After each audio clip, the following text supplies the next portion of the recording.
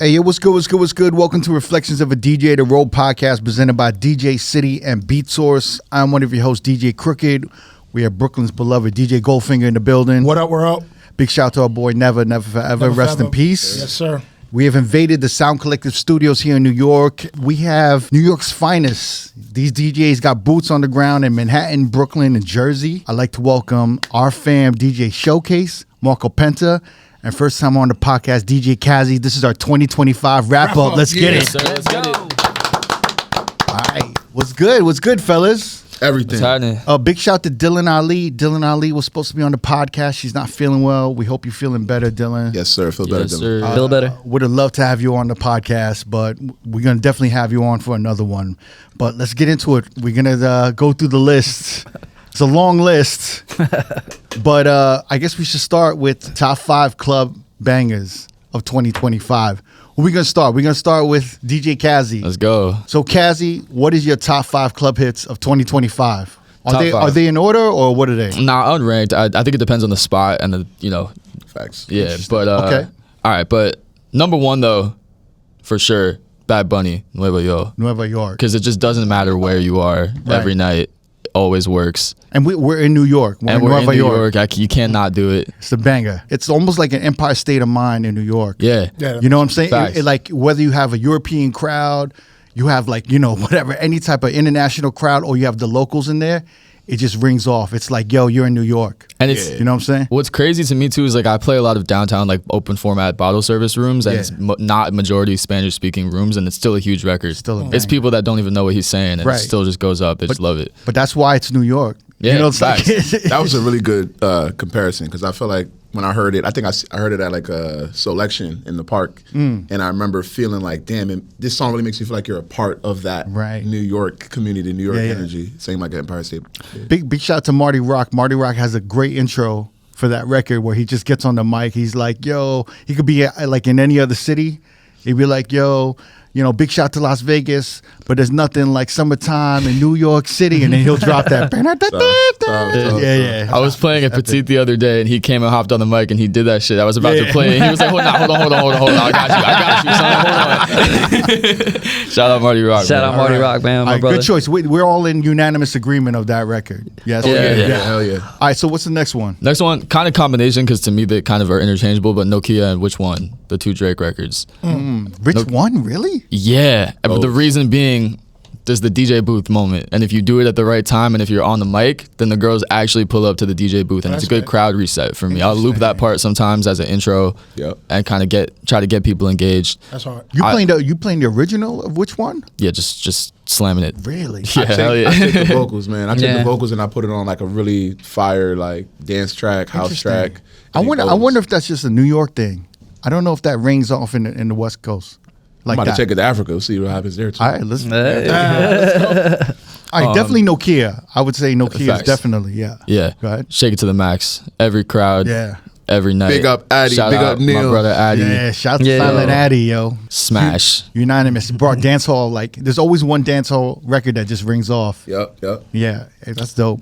Win Whammy every night. It's lost Really? some. Yeah, now it's lost some momentum, but I think if we're recapping the whole year, there was a good chunk of the year where it was working. Really? Consistently. Random summer for sure. Yeah. I disagree with that record. But Word. yeah. I understand why you put it on You the don't like list. Lululemon? Wait, you do? You don't like Lululemon? Yeah, but I don't like Lululemon. No, I don't like Lululemon. But I feel like after that chant, when everyone says Lululemon, it's a problem record. It's like a headache. It's like, well, now I got to get out of this shit. And I don't know how many times I played it. I'm always like, when is the hook coming in? Oh, now the hook's here. Do you think that's location specific, or do you feel like it's just you feel that way everywhere? I do think it's location specific, but it's also like what kind of crowd you have. Yeah. So if you have a super young crowd, but then like a specific young crowd where that goes off. Yeah. I just think, but for me, it's like it's not something that's like a definitive song that I need to play in almost every room, like a Nokia. Yeah. I could play that in almost every room. I think the reason it works so well in the rooms that I play is because it's one of the only like new artists where it feels like it's a real breakout, fresh thing. Like there's a lot of bangers from other artists that have been around at least since last year, and it feels like the most like, oh, this is a new person, it's a new movement, so people are hyped that they're hearing it in the club because it's fresh, you know. That's a good answer. Yeah. And then Two Hollis, jeans. You don't want the platinum Audience. hair, right? Yeah, the blonde, long blonde Wait, hair. is this like a Little Sister record? This you know is what I'm saying? I made it a Little Sister record. Wait, You know what I mean? Because it's a he's singing on it. Like he's not Yeah, rapping, but it's like a very like hyper pop, juiced up trap beat. Yeah. Like it's like a distorted. Like a lot of the Gen Z like rap shit is very distorted now. Mm-hmm. And it's the type of song where like if you play the original version of it, you'll have a manager of the club come over and be like, "Yo, why are you clipping?" And I'm like, "It's just like that. That's just the song." You know what I mean? Yeah. But that song, something about like the sound in the intro just bangs, and it sounds so different from everything else, and enough wow. people know it from like TikTok, and just like the younger generation just like is familiar with it. And I think a lot of people don't expect to hear it in the club, but everybody knows it. So Yeah. that's like it's kind of a sleeper, but it's not like a record that divides the crowd. It's everyone's like, oh shit. But Right. a lot of the time I think people haven't heard it in the club, so it has a surprise factor to it, and it wakes people up. Yeah. I want you to explain when I asked, is that a Little Sister record? And you Yeah. said, I've made it a Little Sister record. Yeah. Let's explain this venue, Little Sister, here in Manhattan. And Marco, you DJ there as well, right? Facts. Yeah. Like there's specific songs that work in that room that will never work in any other room in Manhattan. Yeah. Right? Kind of? I mean, yes and no, but like I see what you mean. Like you could get away with a lot of more of the underground type rap stuff. Yeah. Well, there's like motherfuckers, like it's one of the only venues where I still see like I don't know, like an up and coming artist will buy a table and then try to pass the DJ a demo. Oh yeah, Right? absolutely. Whereas yeah. like any other venue, I would not see that shit at all, right? Exactly. Yeah. So that's kind of what you mean by Little Sister, where you're kind of breaking local artists, and you're actually maybe playing demos or some shit. Yeah. Like Turbs or any one of y'all DJs, Neil Jackson, y'all gonna like try to break some records. Yeah, because of the sometimes. crowd in there. Yeah. For sure. I think I also more meant just sonically, like it's one of those records where like Little Sister is a hip hop room. Like 90% of the night I'm playing just all the way through the history of hip hop. From I don't go like super early, but I'll go like early mid 2000s, and then just everything from then, just every hit, because you got to do that open to close in that room. The reason I say I made it a sister record is because he's not rapping on it, but like sonically, so much of the pop music now is hip hop production and is hip hop drum. So you can slip stuff in there to break up the straight like rap all night and still have it fit and feel cohesive. Interesting. Don't quote me, but I think like they call that type of music now, I think melodic trap. I could be wrong though. Right? Yeah. I Yeah, mean, I'm yeah. sure, yeah. From what I've heard. From what I've heard. But it's funny because I feel like those genres now also get defined by like the scenes that they come from more so than like the sound. Like you'll see artists get like associated with each other, but it's not like the music doesn't even sound the same. It's just like it's Yeah. just like a scene of people, and it's like, all right, this is like hyperpop was like a genre for a while, but then it just became like, okay, this is a group of artists and they all make different things, but that's their wave. I like that. So that record that you're talking about, what was it again? It's called Jeans. Jeans. Yeah. That's gonna pop off on like in most New York clubs, or is it mostly like? I mean, I play mostly like downtown. Okay. Like I haven't played it in Brooklyn, but I'm sure it would go crazy. Oh wow. In some of those rooms. You Interesting. probably know better. Got to put So- that in the package. I like hearing regional shit like that pops off. Once again, we are New York, and we're talking to New York DJs. We are so New York. any motherfuckers on the West Coast or the Midwest or down south or internationally, feel free to like shit on all these guys. You know. picks. So crazy. So Marco Penza, your top 5 club hits of 2025. All right. Are these in order or no?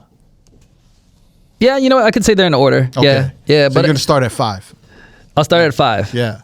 Okay, so this Yeet, Come and Go. Oh wow. Yeah, that one surprised me too, because like Yeet, yeah, he had like he was like bubbling up. He had a couple of hits, the ones with Drake and everything like that. But this is like his standalone.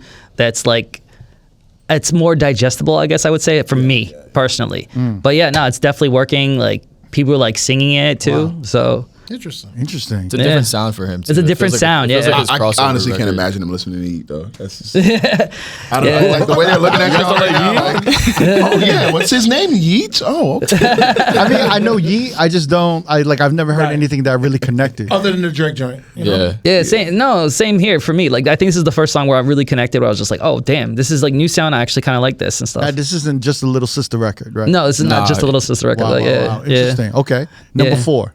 Number 4, Shake It to the Max. Of course. Gotta have that. Nice. Yeah. Number 3, it's not my personal favorite, but it works, and we mentioned it. Wham Whammy. Wham Whammy. Yeah. Really? Yeah. It works. Crazy. Yeah. Okay. 2, Nokia. Obviously. Yep. The only thing with Nokia now, I feel like the second part is getting a little too long, so I might cut it short.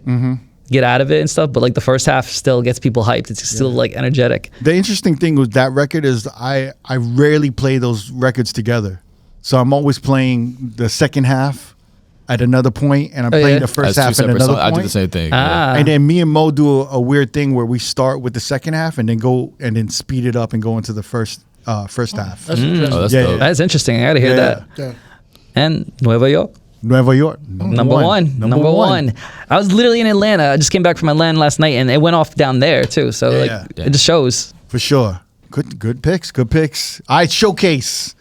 Brooklyn's in the building.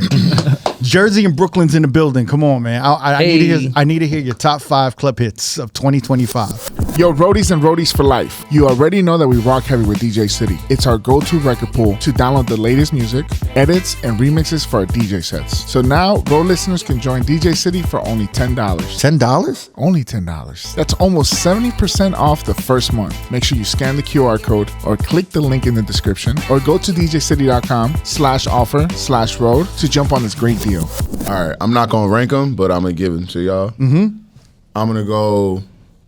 Take Me Through There. Take Me Through There. YK Needs Quavo, Metro Boomin. ATL in the building. Still That was a late hit?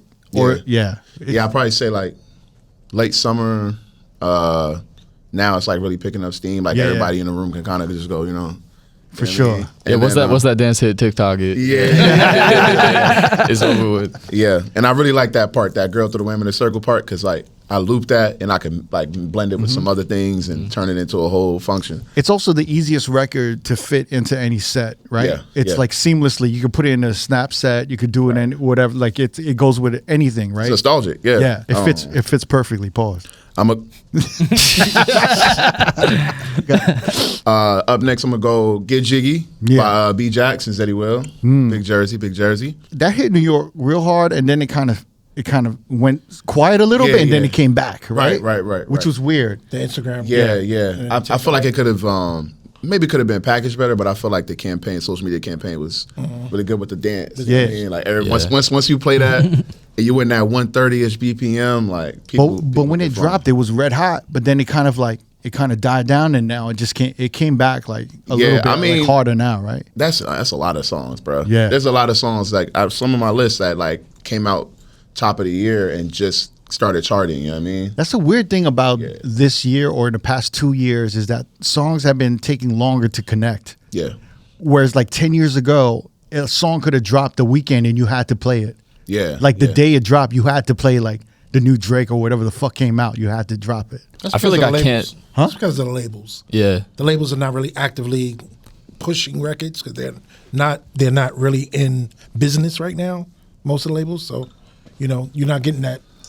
I miss that era, man. I mean, that's another comment, but like I miss that era of people kind of like, the DJs being excited to go and hear that album on Friday or Thursday at midnight, and like having it going to either buying or going to a legal site and downloading it, and then having like, all right, you just on social media like, what's the song? Like, you know what I mean? Or what's the big feature? All right, I'm gonna try that out in the club tonight. Yeah. Like now, I don't even know if that even happens for real. I feel like I gotta wait a week now to play the new stuff. So Exactly, I feel the same way. And this is my take. This is my Subway take. This is my Road podcast take. We should go back to dropping albums on Tuesday. Facts. Drop the album on Tuesday. Give people time to really rock with it. Right. So now you're gonna have the best Friday, Saturday, and Sunday ever. Friday makes no sense now. Yeah. Friday makes no sense, bro. I don't know who decided that made sense, but At the time, I think 10 years ago, it made sense because people would want to listen to shit. Streaming was a little bit fresh, and everyone was excited to get new music. And then it was like, oh shit, I want to hear this. And then when I go out, I don't want to hear it. But now it's like there's too much content, there's too much shit going on. People just want to go out. right. So and now it's like it makes more sense for like them to go out, have a fun weekend, and then come back and listen to a new album on a Monday or Tuesday, like you said. That's a great take, by the way. Yeah. Thank you. Yeah. All right. Next one. I'm gonna throw one in there. It's not hip hop or R&B, but it's house. I believe it dropped this year. Kind Music, Say What? Okay. Yeah, you know, say it. Yeah. I played that. It's a huge record. I played Huge record. What's so funny? Gentrified. Hey, man. Let's get into it. I played that record. I played that record I played that record in London. I played that record in DC, New York, Miami. I'm gonna play to Africa. It goes. It goes. I already. You know what I mean, it's big. It's a big record. It's a big record. Because I could play it with Afro beats. I could play it with old school house. I could play it like with just dance music in general. It works. I mean, I can't say the rest about the other songs that are gentrified, but like it's not really that gentrified. But it's like when you put it all in the mix, it's that like. There's like a 4 to 5 song Afro house standard mix that everyone does, like Habibi, Say What, Move. I should have put that in there. Oh my Habibi. God, Habibi was another huge record. That's the number one Shazam song in like Greece and Europe or something like that. Yeah. Like, it's for sure. All right. Y'all want to hate on that? That's cool. No, it's fine. No, I can't. I have to play that record too when I'm out. You know what I'm saying? So I get it. It didn't come out this year, but I know if we're not doing technicalities, it's an On My Piano song called Jealousy. Yeah. Tyler ICU and Liam K. Crazy. Yeah. Okay, good. All right, let's be on that, right? That's a huge record. Like, in what rooms are those ringing off? It could be a Black American, African adjacent crowd. It could be, I mean, I don't know if it's going to go off in a Little Sister, but... The right time of night it could. It actually could, yeah. In the big rooms, I mean, I've seen it get played at like Somewhere Nowhere before. I don't know, like I've seen it get played in different rooms, but like when you play it in a room where people know the dance, that's when it's like it'll really go. It's a great record, yeah. I got Folded by Kehlani. Gotta give it up. That is the one R&B song that we've been looking for a very long time. Yeah. That people are like, they flock toward it. Even if you don't know the song, you just catch yourself like, what is this? And then eventually you find out what it is, and you could play that whole song. It's been a minute since there was an R&B song that strong. Yeah. That could like filter through all the bullshit and stand out. Yeah. And it kind of like, it gets better. Yeah. The more you hear it, right? Right. The more you hear that record, it's like the better it is. And it's kind of like, I know Kehlani has a lot of hits. A lot, yeah. A lot of hits, but this is to me one of the most definitive hits that went like bi-coastal. This is her one. This is the one. This is her shit. If I was a label, I'm throwing the whole bag at this one. Right. Like, and the funny thing is, I feel like I don't think they released that thinking it was going to be. No. And I think it came out in like January, February, March, around that time. Did the mega mixes? And it's like charting crazy right now. Yeah. Right. You know what I mean? And she's probably going to win a Grammy for that. Like, that's what I'm talking about. Like how before you used to kind of people just went to it, but now it takes time, and like, it's really cool to see her campaign. Yeah. Of how she promoted it. Then people started hopping on, like doing their own verses to it. And then now it's like she has a homage pack, and like she gave y'all the acapella, the instrumental. Like, this is how you really push a song. You know what I mean? Shout out to Dave and the whole team, but it's not an ad. Yeah, no. I really feel like this is an important record in her career. Right. Yeah. Because I think all her other records were great. Like, she's made some dope records. Yeah. You know, even I love After Hours too. Yes. But some of it can seem sometimes regional. Right. Where it's like, oh, this is like, she's more of a West Coast R&B singer. Yeah. And now with Folded, it's like we're excited to hear, like I'm excited to hear like an actual album that she puts together. And she probably has any producer she wants like ready to work with her. She was working with JD the other day. Yeah. So I'm excited to see what feeling she's about to restore or create. You have any? I know you did. That's 5, right? I did. Take me through there. Get Jiggy. Say What. Folded. I got one more. Okay. I did Jealousy. Oh, man, look. You name a couple more honorable mentions, right? Honorable mentions. TV Off. Could have left that one off, bro. Listen. Quit while you had. Listen. At the beginning of this year, you couldn't get away from that song, bro. Unfortunately. Oh, we got a Drake fan. I'm a Drake fan too. But, Look at your shirt. All right. This is the one that I was talking about. TV Off, huh? No. Forget about TV Off. No. You can't forget it. It's on tape. It's on tape. Is this camera on? It is on. With You by Davido and Omale. That's a really good song that you could play in different rooms and get a good reaction. It has like that compa feel, right? Yeah. That guitar and shit. Yeah, That's dope. They named a lot of my tops, so I'm like I had to go. No, around, I like that. know? I like that. Yeah. I mean, we don't need you to say Nokia again or Yeah. anything like that. Yeah. No, but like, yo, like there's a lot of DJs been telling me like they've been playing more compa in the clubs. Shout like to this my year. Zoes. Yeah. You know I'm Haitian, right? Oh, you are? Yeah, I'm Haitian, Oh, man. shit. Ça passe. Oh God. how you say hi in Korean? Okay, haseo. Now, whenever I see you in the club, I'm gonna be like, "Oh, showcase, ça passe." So I'm surprised you didn't put Osipa. Oseba. Osipa was huge record, no? Yeah. I mean, it goes. It just it fizzled out pretty fast. Really? Yeah, because I mean, I feel like Rema has like he was going on a run. Like that was like kind of like end of last year. That really went off. Okay. He has like songs like Fun. Damn, I'm drawing a blank right now. But do you think it just got played out? Because like I feel like when you have those parties, when you have like 5 DJs on the lineup. Yes, that was everybody's red button. Yeah.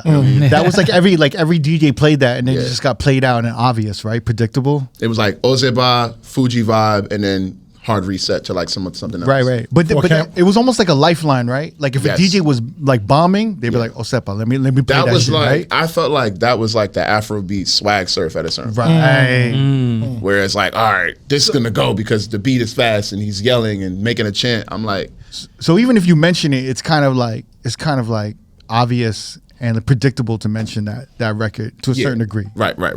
I got it. Yeah. I can't wait to hear Goldie. This is your favorite year of music. I know that. Yeah. Let me hear your top 5 club hits of 2025. My top 5 is based on records that a lot of people weren't playing. You know, Shake It to the Max. Nobody played that record. Oh, okay. Nokia. Okay. I think I was the only one that was playing that one. that's kind of underground, bro. Yeah, for real. My top record of the year was DTMF. That record goes up every single time I play it. Yeah.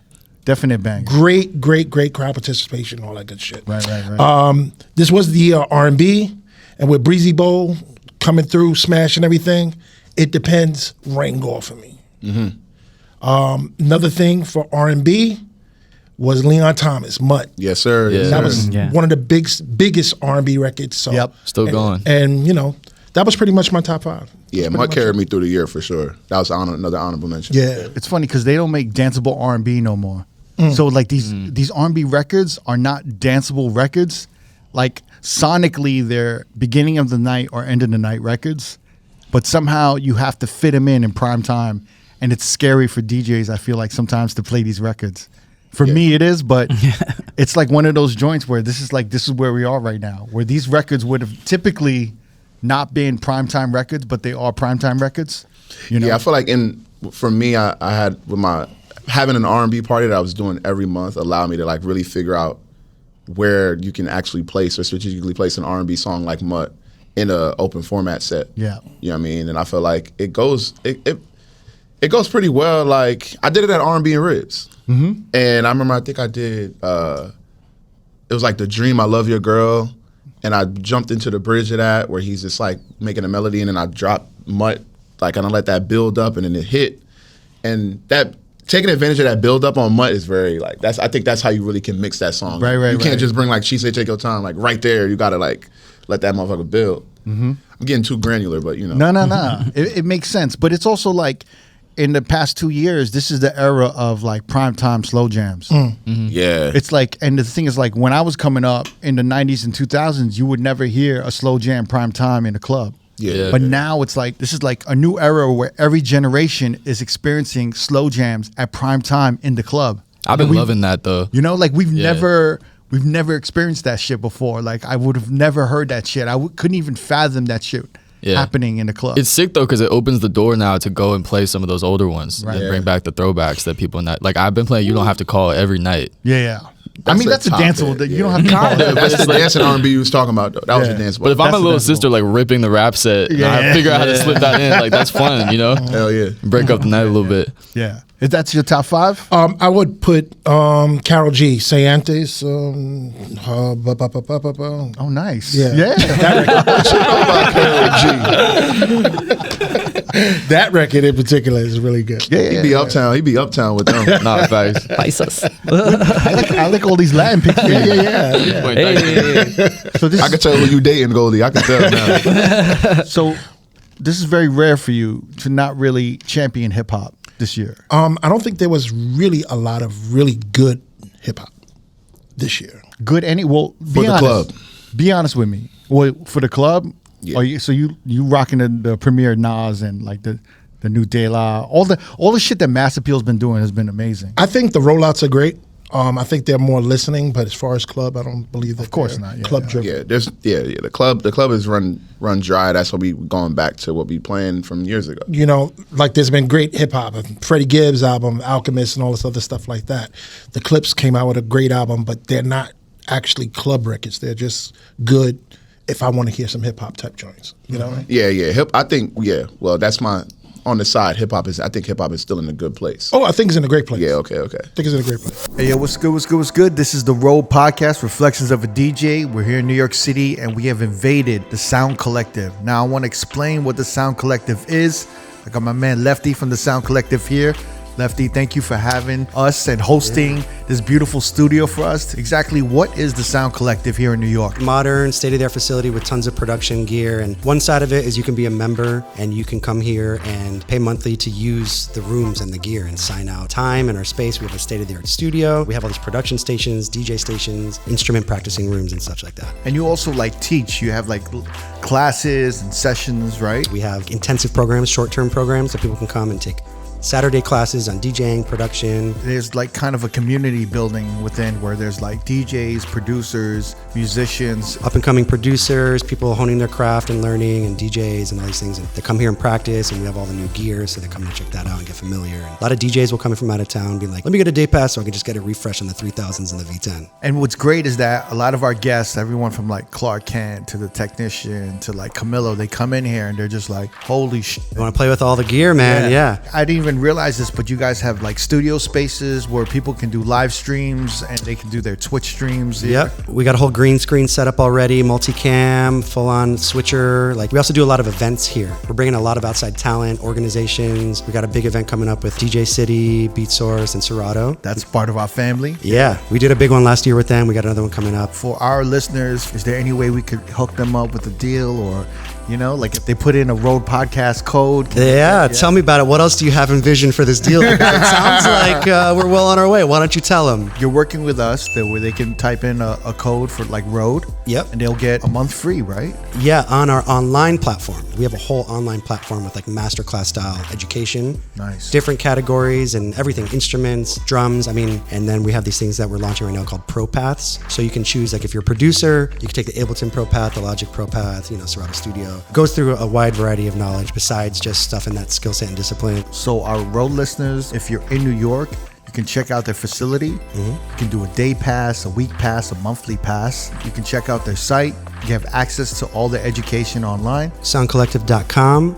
We also have a YouTube channel that has some of our content from the educational courses, and all of our events are live streamed and put up there. I hope we can come back here and use your facilities again. Looking forward to it. Shout to Lefty and the Sound Collective. Thank you so much. You think this is the worst year of music I think it's the worst in year in your for- whole existence of life? I think it's the worst year for playable club hip hop. I'm used to having the Just Blaze era, you know what I mean? That whole like where it's danceable hits, 90, 95, 99 BPM, good shit. But I feel like a song like Win Whammy, you would have championed that before. You would have actually been like playing that shit. I think, I do play it, but I think it's just like slim pickings. It's like at this point, it's kind of like you just got to make lemonade. You know? Yeah. I don't think it's, my cup of tea per se, but it works. So you kind of like got to make it do what it do. Yeah, I can't see myself listening to that outside of the club. Period. There's a lot of songs that we can play that we like. I don't think that's in your Apple Music or your Spotify for real. Like just on a regular day, you about to just put that on. You playing it as a tool. Like a lot of the stuff, not a lot of the stuff, but there's a lot of club songs that are out right now that I feel like we are just playing as tools, as opposed to like we play it as tools and listen to it for leisure. think a lot of music is being made specifically for the club too. It's like it's being created as a tool from the beginning too. Like all those Sexy Red joints from last year, like all of those hooks are just like club ready hooks. Yeah, or on the way to the club. Yeah. It's definitely an interesting year. It's definitely an interesting year for hip hop.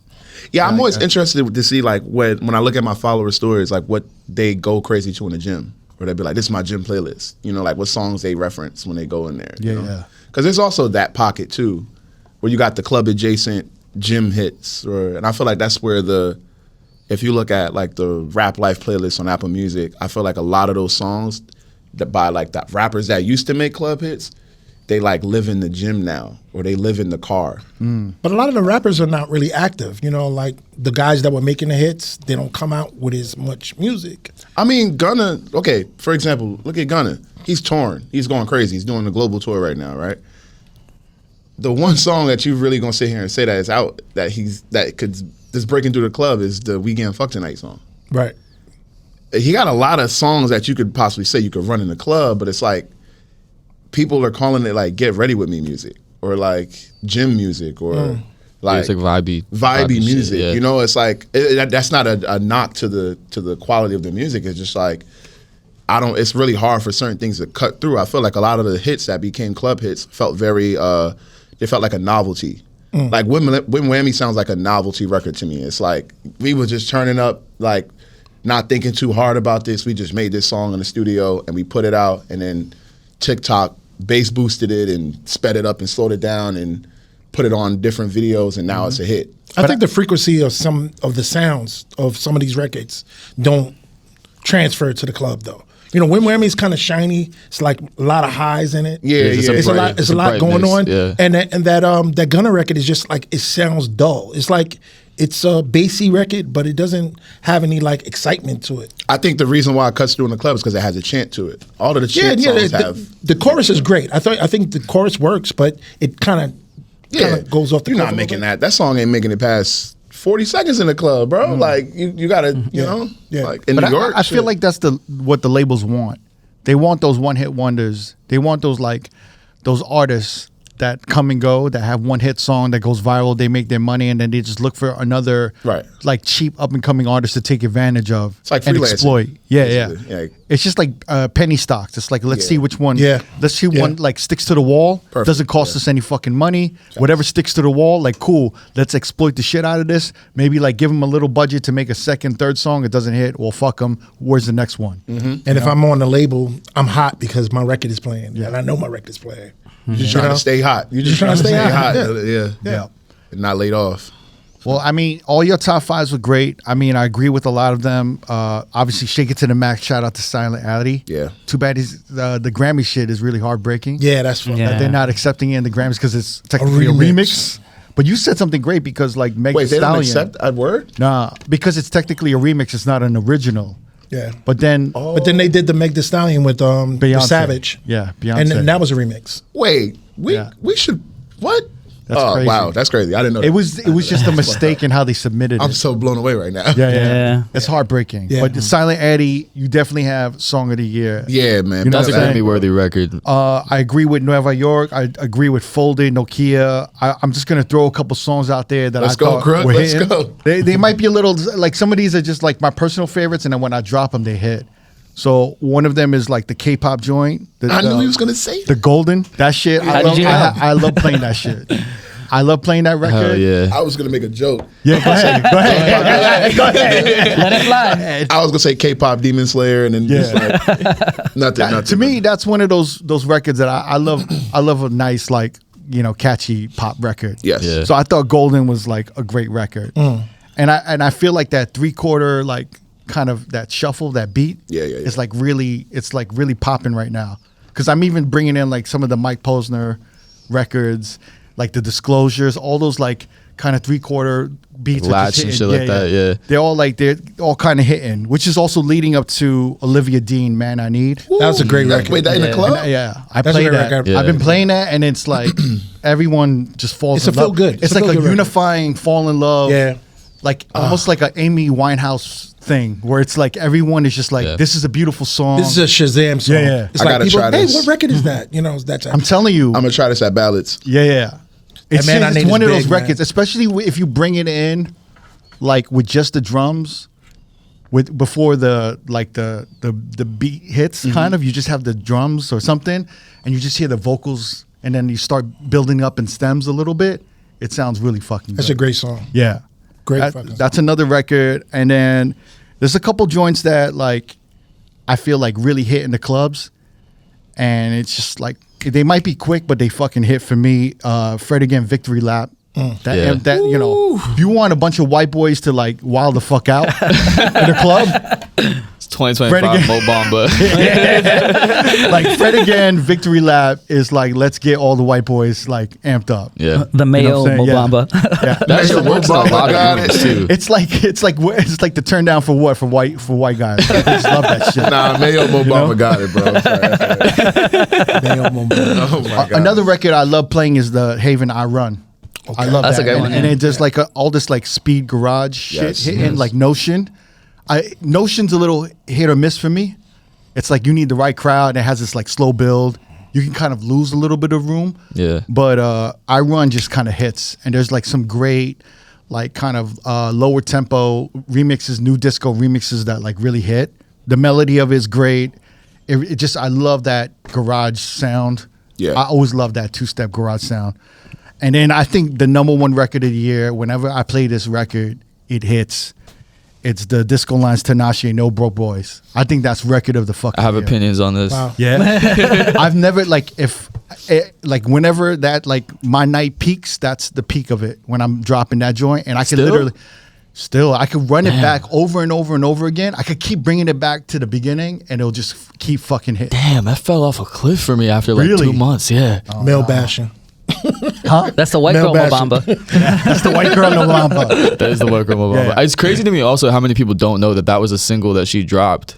That was like 90 BPM. It was after Nasty. Yeah, it was like the Yeah. Nasty It was like a follow up, 90. and it didn't like it was. I think it worked kinda, but then like the flip just that went always so works for me. crazy. Yeah, But I think the problem is if you start that record, I have an edit that goes right to the hook. No broke boys, no. you just play the original, like the straight disco lines. Like Yeah, the disco lines, but I have a version that goes straight to the hook. Yeah. I think if you start it, Oh, yeah, you need to. sex on the line. No, I feel like it brings it down. Do the move again? Yeah, sex on the line. a lot of people don't know the verse too. Huh? A lot of people don't know the verse too. A lot Nah, of but people that's just know why the hook. I have a hook joint that Yeah. does the drops, and if it's really hitting, I'll bring it back to the OG like jump Yeah. one. But I don't know. For me, man, that was the record that never failed.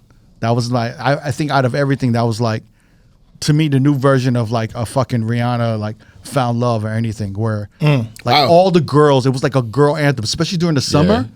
This summer there was like no anthems. That like True. kind of that like saved us this summer. It's true. It's true, yeah. Maybe that's Like, you why know, it fell off a cliff for me because it I did- was it just did, I had because now nothing you're in else, fall, like- rinsing that shit. Because I mean, definitely in New York, I feel like fall winter energy is different Yeah, from the summer. for sure. But during the summer, we needed that record. That Yeah. record like saved our lives. Yeah, it did. You know what I'm saying? Yeah. So like, I really give it up to that record. All right, I'm in the wrong city to do this next top 5. I just realized that this morning. I was like, oh shit, I'm in the city that doesn't play edits.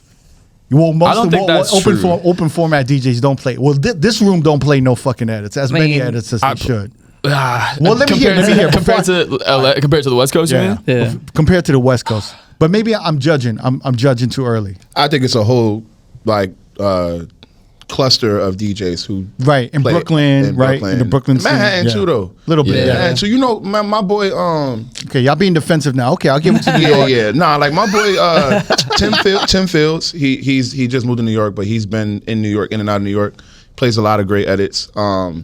My boy Zillion, he goes crazy with the edits. Every time I hear his set, there's always something I'm like, yo, I need ID on that. Yeah. Like, The funny thing is, like on social media, yeah, edits are what make a DJ stand out. right.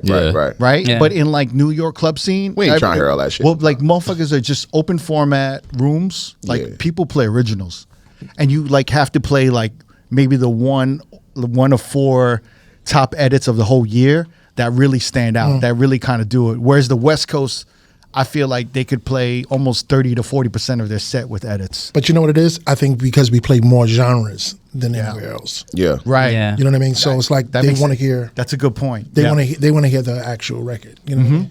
Yeah, I'm a big advocate. I be making edits, but I'm a big advocate of like respecting original music.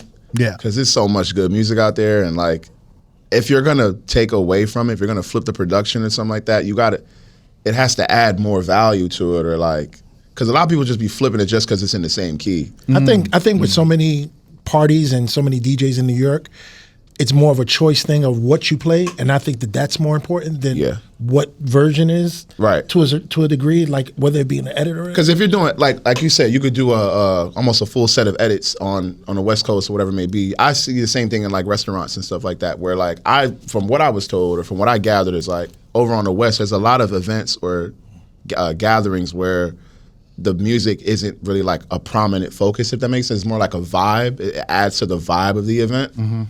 And what showed me differently, honestly, was R&B and Ribs. Right. When it was like, damn, like people are actually looking at the DJ and like commending him for a good mix, as opposed to like where everybody has a cocktail in hand, looking like asking how many followers you got, and like the DJ's in the back playing like 30 on my piano edits of like, I don't know, like Pitbull or some shit, you know? So like Pitbull on my piano. That's crazy. All right, now all up to the West though. Big West. My fault. I didn't mean to say like you know what I mean? Be careful. Be careful, show.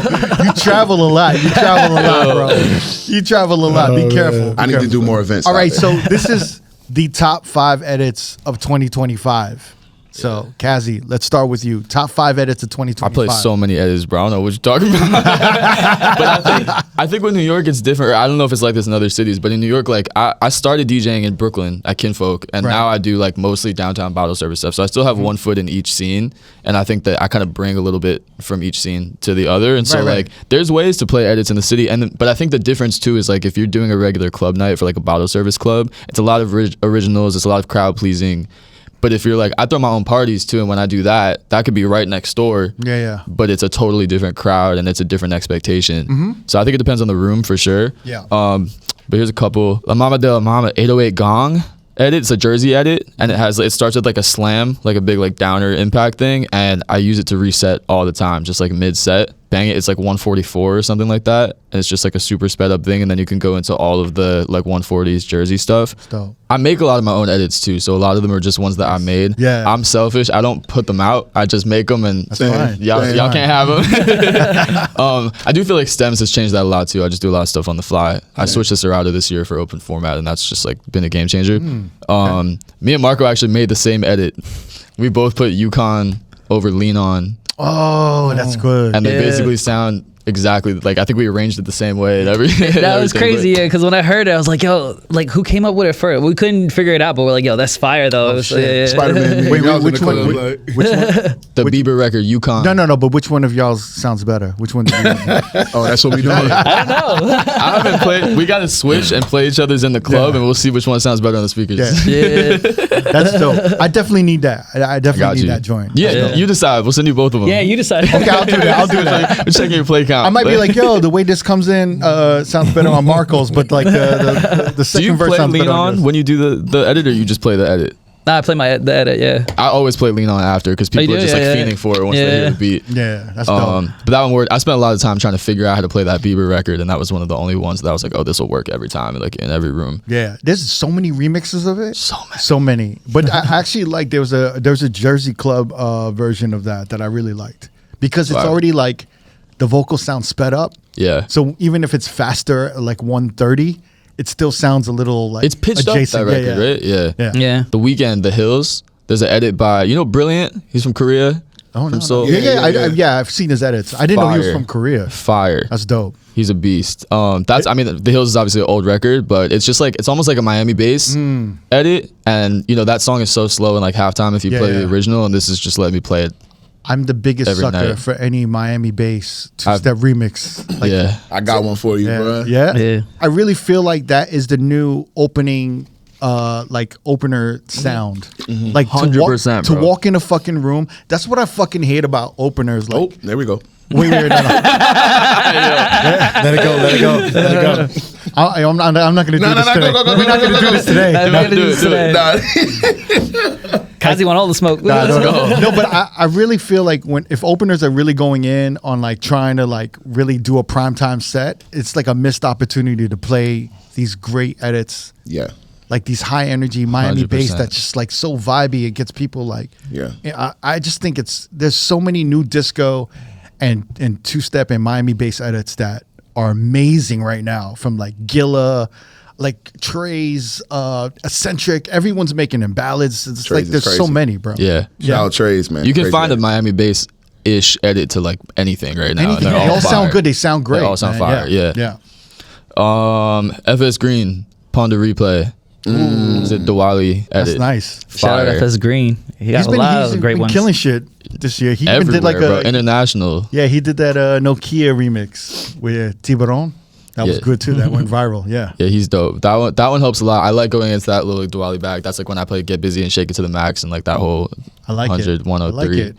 thing. Oh yeah, I also just want to talk about like I do a lot of wordplay transitions now, and I've noticed that when I go in record pools, I'll hear like edits that are just like like a recorded transition. Like it's like a wordplay thing, but Yeah. it's just like built into the edit, and they just hit play. Yeah. Which is, how do we feel about that? Corny. Do y'all play those or no? Sorry.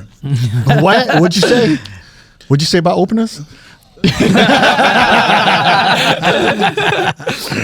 I don't know, man. It's like you can tell when it's not manual. you Yeah. know? And I like just like how you would hear somebody playing on vinyl. Like, I like kind of hearing you work the record. If Yeah. that makes sense. Or like in this digital age, hit a cue point, or like, you know what I mean? Exactly. Like that. Or like I know when I hear the instrumental break on the stems, like I know somebody's working that transition. Like it's a DJ thing though. It's a DJ thing. It's not an audience thing. I respect that. Like as a regular patron, you don't like it's gonna be oh that was cool, but I just know as a DJ, you asking me how I feel about that. Nah, facts. So that was basically my take. Is like my number 5. Instead of being a record, it's just like the use of stems to be able to do those live wordplay things. I don't do a lot of like full blown mashups like all the way through a record, but I think like a lot of what people would call like edits or stuff that you'll find on SoundCloud or record pools now is stuff that you can do live if you're on Serato. Yep. So I think there's two kinds of DJs that utilize those edits.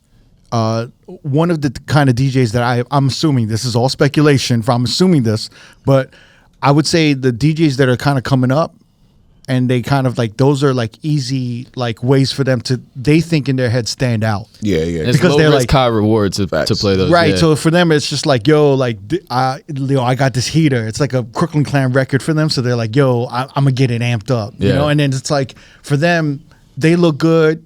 It's an easy play for them. And it looks They're- good on TikTok. Yeah. And so they'll play that shit, right? Like Especially someone- when they're faking it. Well, that's the thing. Like those TikTok clips, like I'm gonna derail us if I go here. Right Go ahead. now. Come on. It's the end of the Get it year. off your chest. Get it off your chest. It's 2025. It's just like two takes here. One is with edits. I think that there used to be, and there still is, an art to like digging on SoundCloud and Bandcamp and finding fire edits. The thing now is so many DJs will find those edits and go viral playing someone else's edit, which that I have no issue with, because if you're giving them their flowers and you're helping them get they shine, like that's fire. But I've noticed that a lot of the time there will be a clip that goes viral. All of us will see it of somebody playing an edit, and then everybody has that edit the next day, and you hear it all weekend. It's and just so the like factor of life. yeah, I mean that's the case. The case know? with any record or anything that Yeah. pops. But I think that's also why I've started leaning into making more of my own, because Right. it's just like the edit is. I might just be thinking as a DJ too, because I'm like the people in the crowd haven't heard that edit. It's like we just on DJ TikTok, so We're I heard being that 20 too times judgmental. today. We're being Yeah. too judgmental, and we're being too pretentious. I think it's a little bit. Yeah, it's a You know? personal Well, speak for creative yourself. fulfillment thing. Yeah. But it's like I said, like there's two kinds of DJs that do that. There's like kind of the just starting out, they want to kind of they think it makes them stand out. Yeah. But it's also they haven't like created their own style yet. Yeah. You know what I'm saying? So they're mimicking styles, or they're trying to pop it off. Yeah, and it's a lot know? of it I think now is about creating a moment Yeah. that can get clipped in a short 15 to 30 sure. second clip and go viral, and that's totally affected the way that people. But It's affected the way I play too. But I also think there's regions in like the country that those records just go off. Yeah, they just for sure. work. They work better than the original. What's good, everyone? This is Neek from Reflections of a DJ, the R.O.A.D podcast. Whether you're just discovering the R.O.A.D podcast or a day one listener, if you've been loving the content or want more, here's your chance to support the pod. Get closer to the action and unlock exclusive content by joining our Patreon. This is for loyal listeners who want early access to new episodes 3 or 4 weeks ahead, your name in the credits of every video episode, and access to our exclusive R.O.A.D edit packs. Now, for the hardcore supporters, we've got our Tier 2 R.O.A.D for Life subscription for just $10 a month. This is an all-in package. You'll get everything from Tier 1 plus a monthly bonus episode, early access to our R.O.A.D 10 and R.O.A.D Talk interviews, behind-the-scenes content, our In the Crate series, along with exclusive unreleased content. This is your chance to support the podcast and get more of what you love. Join the family today at patreon.com/R.O.A.D podcast. Check the link in our descriptions. We appreciate you. Let's keep this journey going. There's just certain cities, like in the Midwest, in the South, in certain rooms. So even in a Vegas, like a big Vegas room, like some of those records will just like go the fuck off. Are you talking about like specific sounds or just it the is. fact It's that kind of like work? when you're in a big room and you're a DJ who can't like do it on your own. You need these records to get the whole crowd in. Heavy on can't do it on your Oh, own. no. It's a difference. It's hard to explain. It sounds really kind of like fucked up. Like, oh, you're not a good enough DJ to do it on. That's not really what I mean. It's just you don't have a definitive style. Right. Where your style can like amp up a room. Yeah. And it'd be like, yo, that's like Kazi style. Yeah. Or that's like the way MoMA does it, or like Nopa Slaps does it, or like, any of these DJs, Four Color Zach, to anybody, they have their own particular style. Yeah. And it's just That I think takes when you time, don't too, have it to takes develop. a long time. Yeah. You know what I'm saying? Like some DJs are late bloomers. Like they've been in the game 10, 15 years, and then all of a sudden they're like 42, and then they're like, yo, you killing it right now. Like you're really murdering shit right now. Yeah.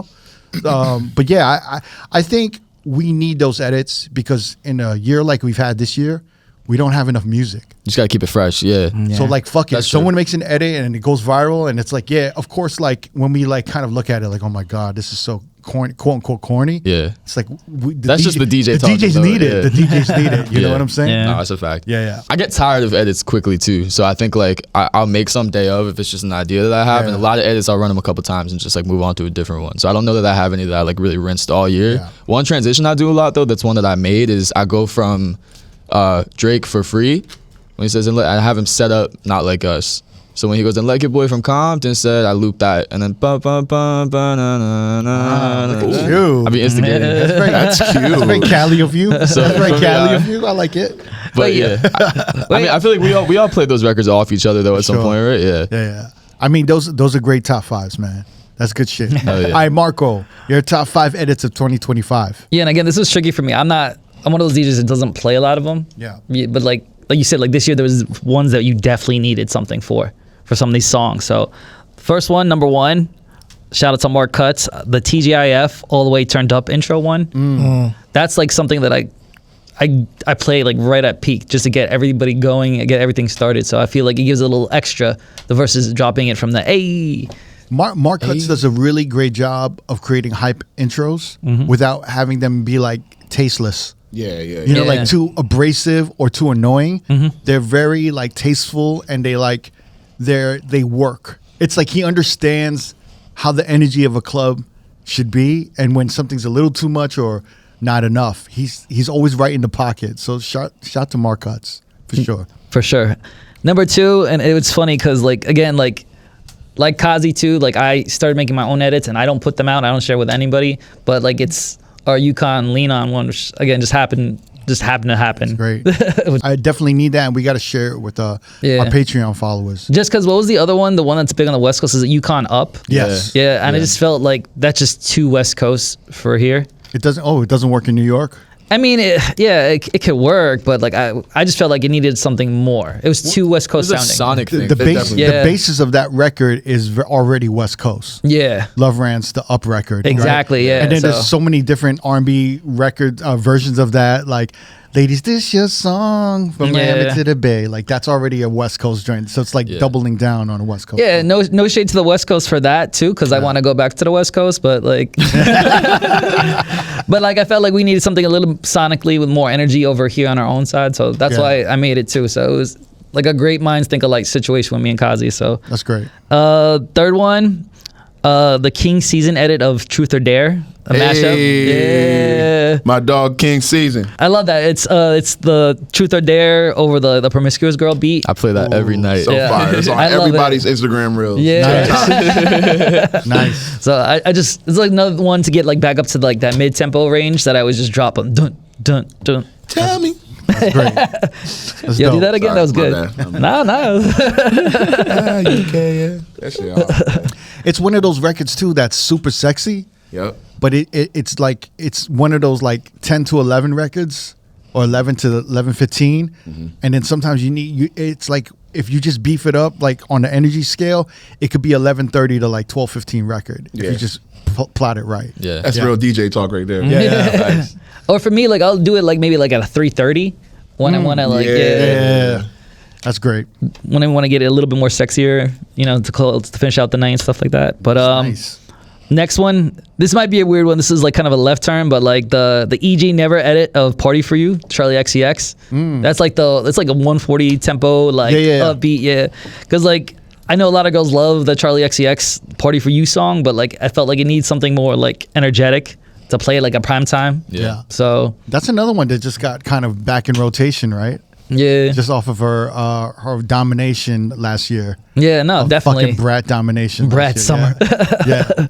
Yeah. Okay. And now the fifth one is Leon Thomas Mutt.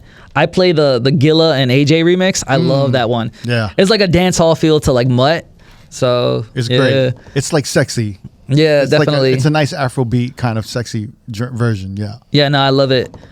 So yeah, no, that's 5. And like an honorable mention, there's a new Beagley edit, No Tiene Sentido, or DTMF, the Jesus or Jesus Fernandez remix. It's it gives a little bit more energy to both those songs. Okay. So you could play it more like at a peak hour and stuff like that. Yeah, So, yeah. I mean, the original's fine too, but like sometimes, you know, give it a little bit more, like it gives it a little bit more percussion. Oh, great, man. Those are solid top 5s. I like it. Thank you. All right, so showcase top 5 edits of 2025. No particular order. Yes. I'm gonna go with Nuck If You Buck, Grab a Ranks edit. Yup. Shout out Grabber Ranks. Boy, yeah, man, I love playing that song. Like I just actually got it maybe like a few weeks ago, It's a heater. and yeah, that's that Miami bass energy that you're looking for, Cricket. It's, Oh, yeah. boy, what it Nice. does to that song is just like, yeah, it's crazy. Bro, I really need y'all to lace me up for our Patreon followers. So we all our Patreon followers, Roadies and Roadies for Life, we're gonna put all these edits and all these top picks in a folder for y'all. And I definitely need all of these, man. Yeah, we're gonna bless y'all. We're gonna Yes. bless y'all. I gotta go with Fergalicious, Carvel and DJ T Mark edit. They dropped T Mark. So they have this whole world that they're building called Guilty Pleasure, and it's basically a play off of all of the 2010s hits like Sweet Escape, 4 Minutes, Fergalicious, California Girls, like Wow. and they do Jersey Club remixes of all those songs. They dropped the EP with it. That's and dope. Fergalicious, the Fergalicious one, just like every time I play it, it just goes so crazy. That's another song that got a resurgence Yeah. this year, yeah. right? That's pretty crazy. It's Yeah, like a series. It's like of packs that they do. Yeah. No, it's called it's on. They put it on streaming actually. It's called fire. Guilty Pleasure. And, Oh yeah. I'm gonna hit up T Mark and ask if we could sprinkle some of those some of that pack into the Patreon joint. Oh yeah, for sure. All right. I got DJ Slink or What? Well, DJ Slink in 41. He has a remix to Or What, and it adds like this choir vocal to it, like very theatrical intro to the song. And yeah, I like to play that whenever I get in my Jersey Club bag. That's what's up. And it works really well in New York because it's in Brooklyn. Yeah. You know. I love the Jersey Club, man. I love the Jersey Club energy right now. I got Deli, the Calm edit by AJ. It's like an Ice Spice Deli. Yeah. And it has a Calm beat to it. And it actually, instead of the actual melody from Ice Spice, it's the Family Ties by Kendrick and King. Oh yeah, uses that melody. Oh, nice. That's And dope. like it sends the club up every time. That's fine. And then last I got the The Cha-Cha Slide, Old Head, Mega Mix. Is that the official name? Yeah, DJ Boo, man. I just found this out like maybe a few weeks ago too. Oh, you just played it. Yeah. Yeah, That's crazy. Listen to it. So it just we're gonna have to drop that. But it samples all of like the classic disco house songs. Yeah. While the Cha-Cha song is playing, and it's like I can't wait to put it in front of a bunch of old heads. Goldie was kind of hating on it. Right? No, I was loving that. Why you keep looking at me when he say, "Oh"? That's crazy. I just know it's gonna it's one of those edits. It's one of those edits that DJ is gonna be like what? Yo, burning the shit out of me, right? Have my whole set in 4 minutes. Honorable mention. I gotta throw my edit in there. Candy, Texas. Okay. Ooh, Yeah, that was a great edit. Yeah, from June. That was just yeah. Yeah, it was. No, it was last year. Last year. It was last It was year, the but Texas Hold'em with Cameo. Candy. Definitely. it's still going in these streets, man. I had that shit. I still play it. Yeah. Thank you. All right, so the funny thing is, I played that edit, but it's not your version. It's another. You playing the wrong version. I'm playing another version of it.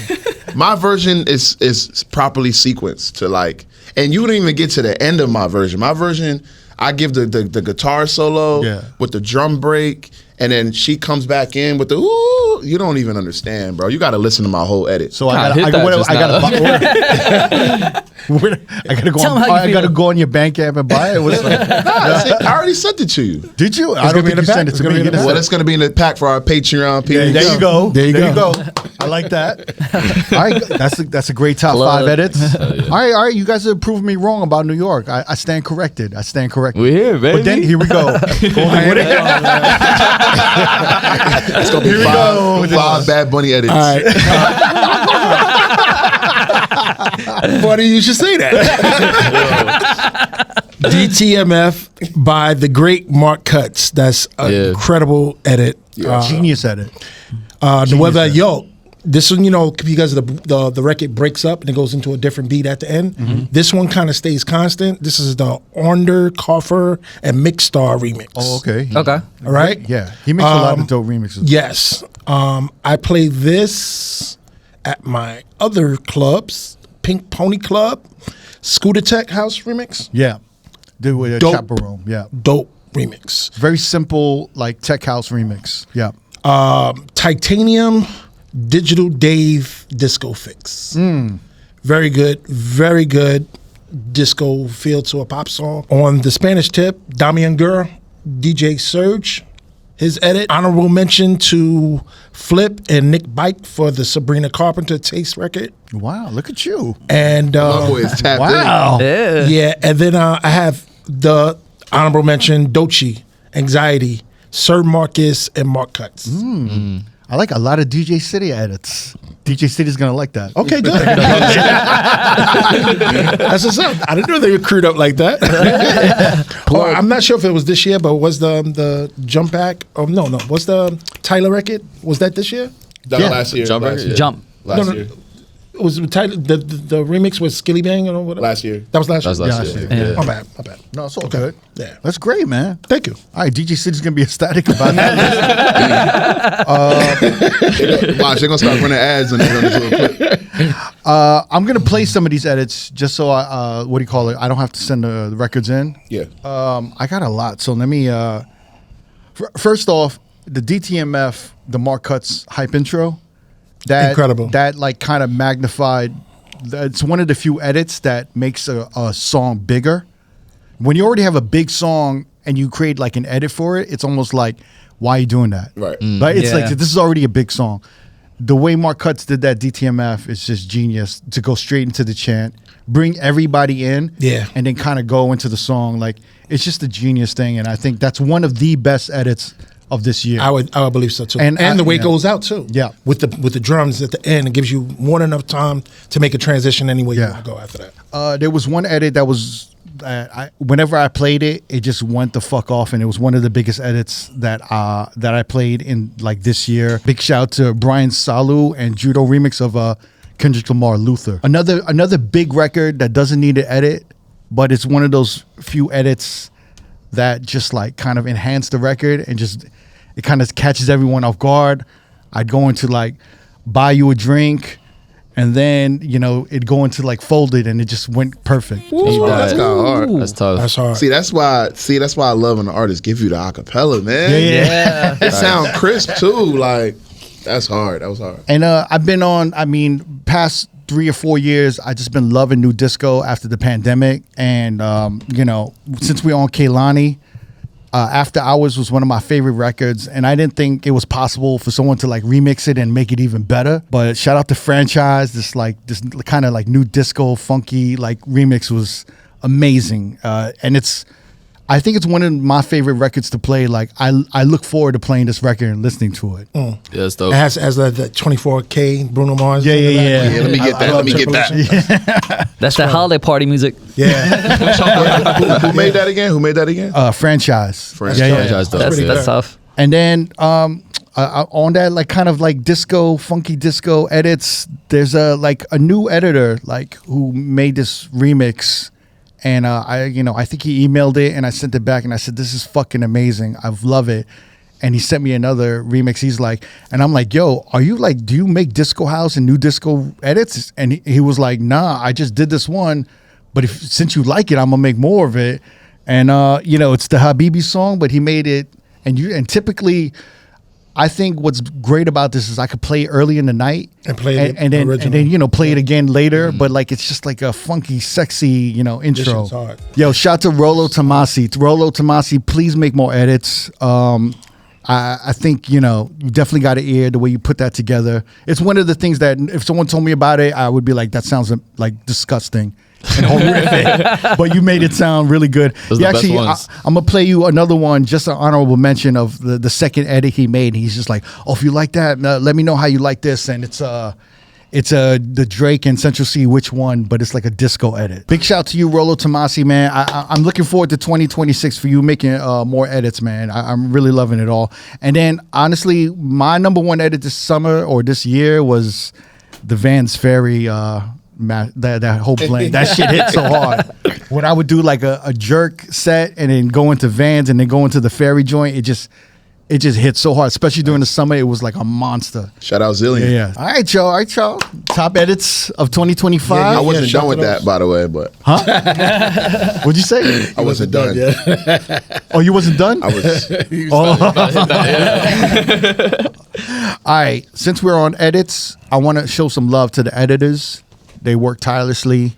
They're in the lab 24/7, trying to make us look good and trying to keep the crowds in the club for us. So these are the top 5 editors of 2025. Kazi, who's your top 5 editors?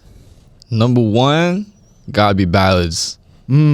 Shout to Ballads. Just like so much range, so many records. Like Facts, it's to the facts. point. I feel like a sign of a good editor is like when a song comes out and I go to SoundCloud and I'm like, all right, what did Ballads do with that? Right. You know what I mean?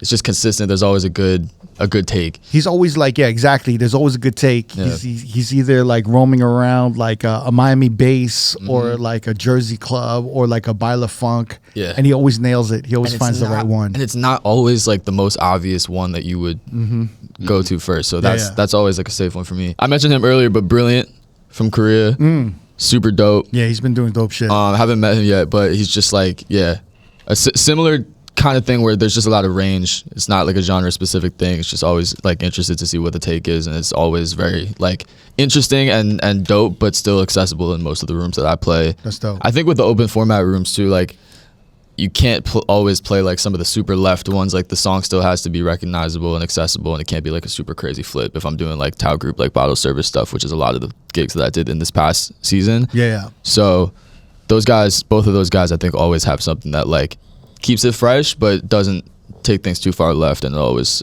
works. And then 2 of my homies, Refilled, who's out of Jersey. Similar thing, a lot of different sounds, but like mostly like up tempo. He Jersey-fied a lot of stuff, a lot of like Brazilian funk stuff.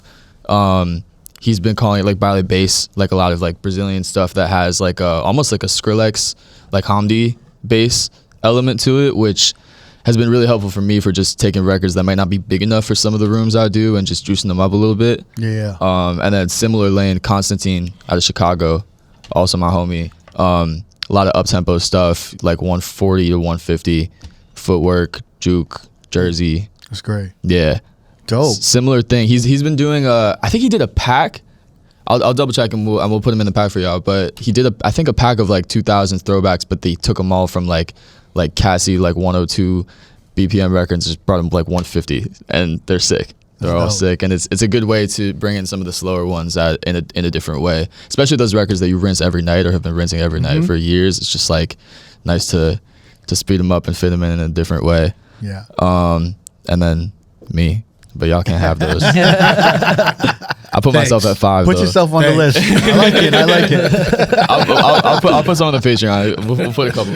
That's what's up. Marco, top 5 editors of 2025. All right, number 1. Yeah. Unlike Kaze, I put myself at number 1. Damn, I was trying to be humble. That's all love. But nah, like honestly, I feel like as DJs, like moving forward, I think in order for us to be like more unique now is I think we got to start making our own edits and just standing out from like the crowd and stuff like that. Like me personally, that's how I feel. Like I make my own edits and I don't share them with anyone unless it's just like close homies. So I got a couple. Yeah. So yeah, that's number 1. Number 2, Mark Cuts. Mark Cuts. Like how we were mentioning before, like he knows the ones that work in the club, that like it gives it just the right amount. It's not overdone. It's very tasteful, and it hits when it needs to hit. And that's a real testament coming from New York DJs. Yeah. For an editor who's from Texas, you know, to make edits that translate on both coasts in all clubs across the country, whether it's Latin, hip hop, or R&B. Like Mark Cuts, you're doing a great job. Great job. And you're relentless. You're so diligent with your work. You're releasing shit tirelessly, and it's not going unnoticed. We notice you, and salute, brother. Like, you're doing great. Salute. You know what I'm saying? Yeah. Salute. Also for number 3, I have also refilled remixes. Like The guy. yeah, I love a lot of his baile edits. Like I've been using that too because like I've been starting to like throw in a lot more Brazilian music into like some of my open format sets. Yeah. So like it definitely helps like a transition in and out of that too, with something like a little bit more familiar if I start like if the crowd is like a little tired or they don't know it as much. Yeah. So yeah, it's been saving me. Yo, shout out Refilled. I'm afraid to play Baila Funk edits in New York because there's always a group of Brazilians that want me to play actual Baila real Funk, shit, yeah. and they get angry like, well, why are you playing these edits and not real Baila Funk? And I'm like, I'm sorry. There is always a group of Brazilians, Yeah, bro. they're always like, but why are you playing the edits? Like, play real Baila It's Funk, worse when right? they ask you to play it. Yeah. They're just like, yo, play some funk, and you play like a Young Thug edit, and they're like, yo. Like, no, we want real Brazilian Baila Funk. What are you doing? And I just feel stupid. I'm like, I don't know. Yeah, no, I don't overdo it. It's just, again, like I use them kind of like as a transition out of it back into like the more popular stuff. Yeah. Like I'll play like the OG, like real baile funk stuff and then go into those remixes to get out of it. I try to do that and I lose them. So like, you know, they'll hear me playing like a baile funk remix of like Tokyo Drift and they'll get so upset. You know? That's funny. That's a classic one though. Is it the Rich-tastic one? Yeah. So good. Fire. It's so good. And next up, number 4, I got am I saying it right? XNY Wolf. His up-tempo funk edits are the best. Yeah, he's dope. So good. Yeah. So good. Where's he from? He's from Australia or something, or Is he? I'm not 100% sure. Yeah, he's been killing it. He's been this killing year. it. Yeah, I love a lot of his stuff. It's very creative. It very like it stands out, and it's just Yeah, it's Sydney. yeah. Fire. Sydney. Perfect. Shout out Australia's. That was a fast research. That does this, bro. Kazi with the quick one. And for number 5, from Indianapolis, my homie Chili Got Beats.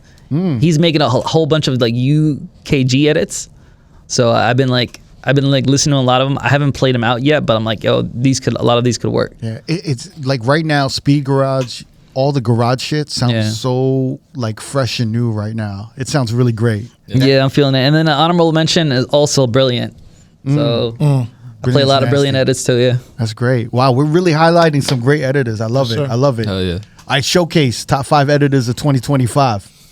I'm going to go, no specific order. I'm going to go 1981 Tokyo. He makes a lot of great edits. I think he got one, there's a fronting on my piano edit that he has that like I play through the ground. I got King Season up there. Where's King Season from? He lives in Jersey, but I think he's from Brooklyn. Okay. From New York. What's up? I got Carvel and T Mark as a duo. Yeah. They make really good. They restored my faith in like Jersey club. Like Jersey pride right here. yeah. I got Hassan Insane. That's my dog. That's a great mention. He has Been killing it. man, his edits be so crazy. Really great edits. Damn! I just thought of somebody else, bro. Mech Dot has elite sample edits, sample flips. He just sent me this Go-Go remix of Plastic on the Sofa by Beyonce, and it's just like it should have been on an album. Like that's how good it is. Wow. And then honorable man, I just had somebody in my head, bro. Yeah, that's and then I mean myself, man. I got I got a Goldie, do you believe this generation of motherfuckers Yeah, just want to take credit, shit, you know. just congratulating themselves? You did great to this year. Great I year. do like what Marco said, because I feel like as the game continues to evolve, it's a very, especially if you like are a Serato DJ, you got Serato Studio, like you got Sound Collective where you can go and just flips, add some drums or change the melody or whatever it may be. You can pull those stems down, so like you can have some real fun with these records. It's easier to flip songs now than it is back then, and it doesn't need to be all your records. It could just be like something you had a unique take on that could be a part of your set, your signature set or sound for the first half of the year, and then you got something else. You know what I mean? Like so, yeah, I definitely agree with what he said about that. But yeah, man, Carvel T Mark, 1981 Tokyo, King Season, Hassan Insane, and Meg Dot. Me. I'm sitting on probably like 50 edits, 50 remixes. Crazy. Yeah. And you're gonna lace us all with like you handpick some of the best edits from all of these editors. Yeah, and then we'll include it in the pack as well. And then we definitely need some of y'all edits too. If you just sprinkle a little bit of it. Yeah. The ones you guys can let go of that you're not too, you know. Also with Hassan Hussein, like he has a Snow Allegra edit. That's the one I'm thinking with about. Sade. yeah. Yo, I play that almost every single night. Yeah. Yo, it's such a fire record. That's dope. All right, Mr. Goldie. Yeah. All right. Top 5 editors of No particular order. Mark Cutts, of course. Shout out to Mark Cutts. Pete Down. Pete Down is great. He appears on a lot of big records, and his edits are really good. Yeah, he knows how to enhance a record. He definitely does. He just keeps the original like energy, but enhances it slightly. Yeah. Totally. Yeah. Nick Bike. Shout to Nick Bike. Flip Out. Oh, Flip Out. That's you had a favorite Flip Out one, right? Yeah, he did a couple of like remakes of the hip hop record when he did before Rashad Smith. That was pretty dope. Trey's, of course. Trey's. And my honorable mention, I won't even say that he's in my top 5, but he's 5A or 2A or 3A. B-Man the DJ. B-Man no DJ, rather. So when he does his hip hop joints, so crazy, he'll add the original samples in a very, very clever way, and it's a fresh way to kind of introduce a record that you're already gonna play, but in with the sample, and it kind of gets everybody off guard. And he does it in such a brilliant way. So B-Man, no DJ. Yo, Crooked, can I play one of B-Man's edits? Yeah. Oh, you want to do it? Yeah. My Serato's already open. Yeah. I can just plug that joint in. Yeah. I have to do this. I wonder which one you're going to do. Because this is his most clever one. Yeah, drop another one. Oh yeah. Sure. A B-Man joint or just anybody? Oh, let me give you the Fergalicious. Hold up, let me give you the Fergalicious. Great. Yeah, that's Carvel T Mark Fergalicious. My top 5 editors, you guys obviously mentioned Mark Cutts. I just got to give it to Mark Cutts. Been doing a great job. Shout to Nick Bike and Nick Bike. Eccentric.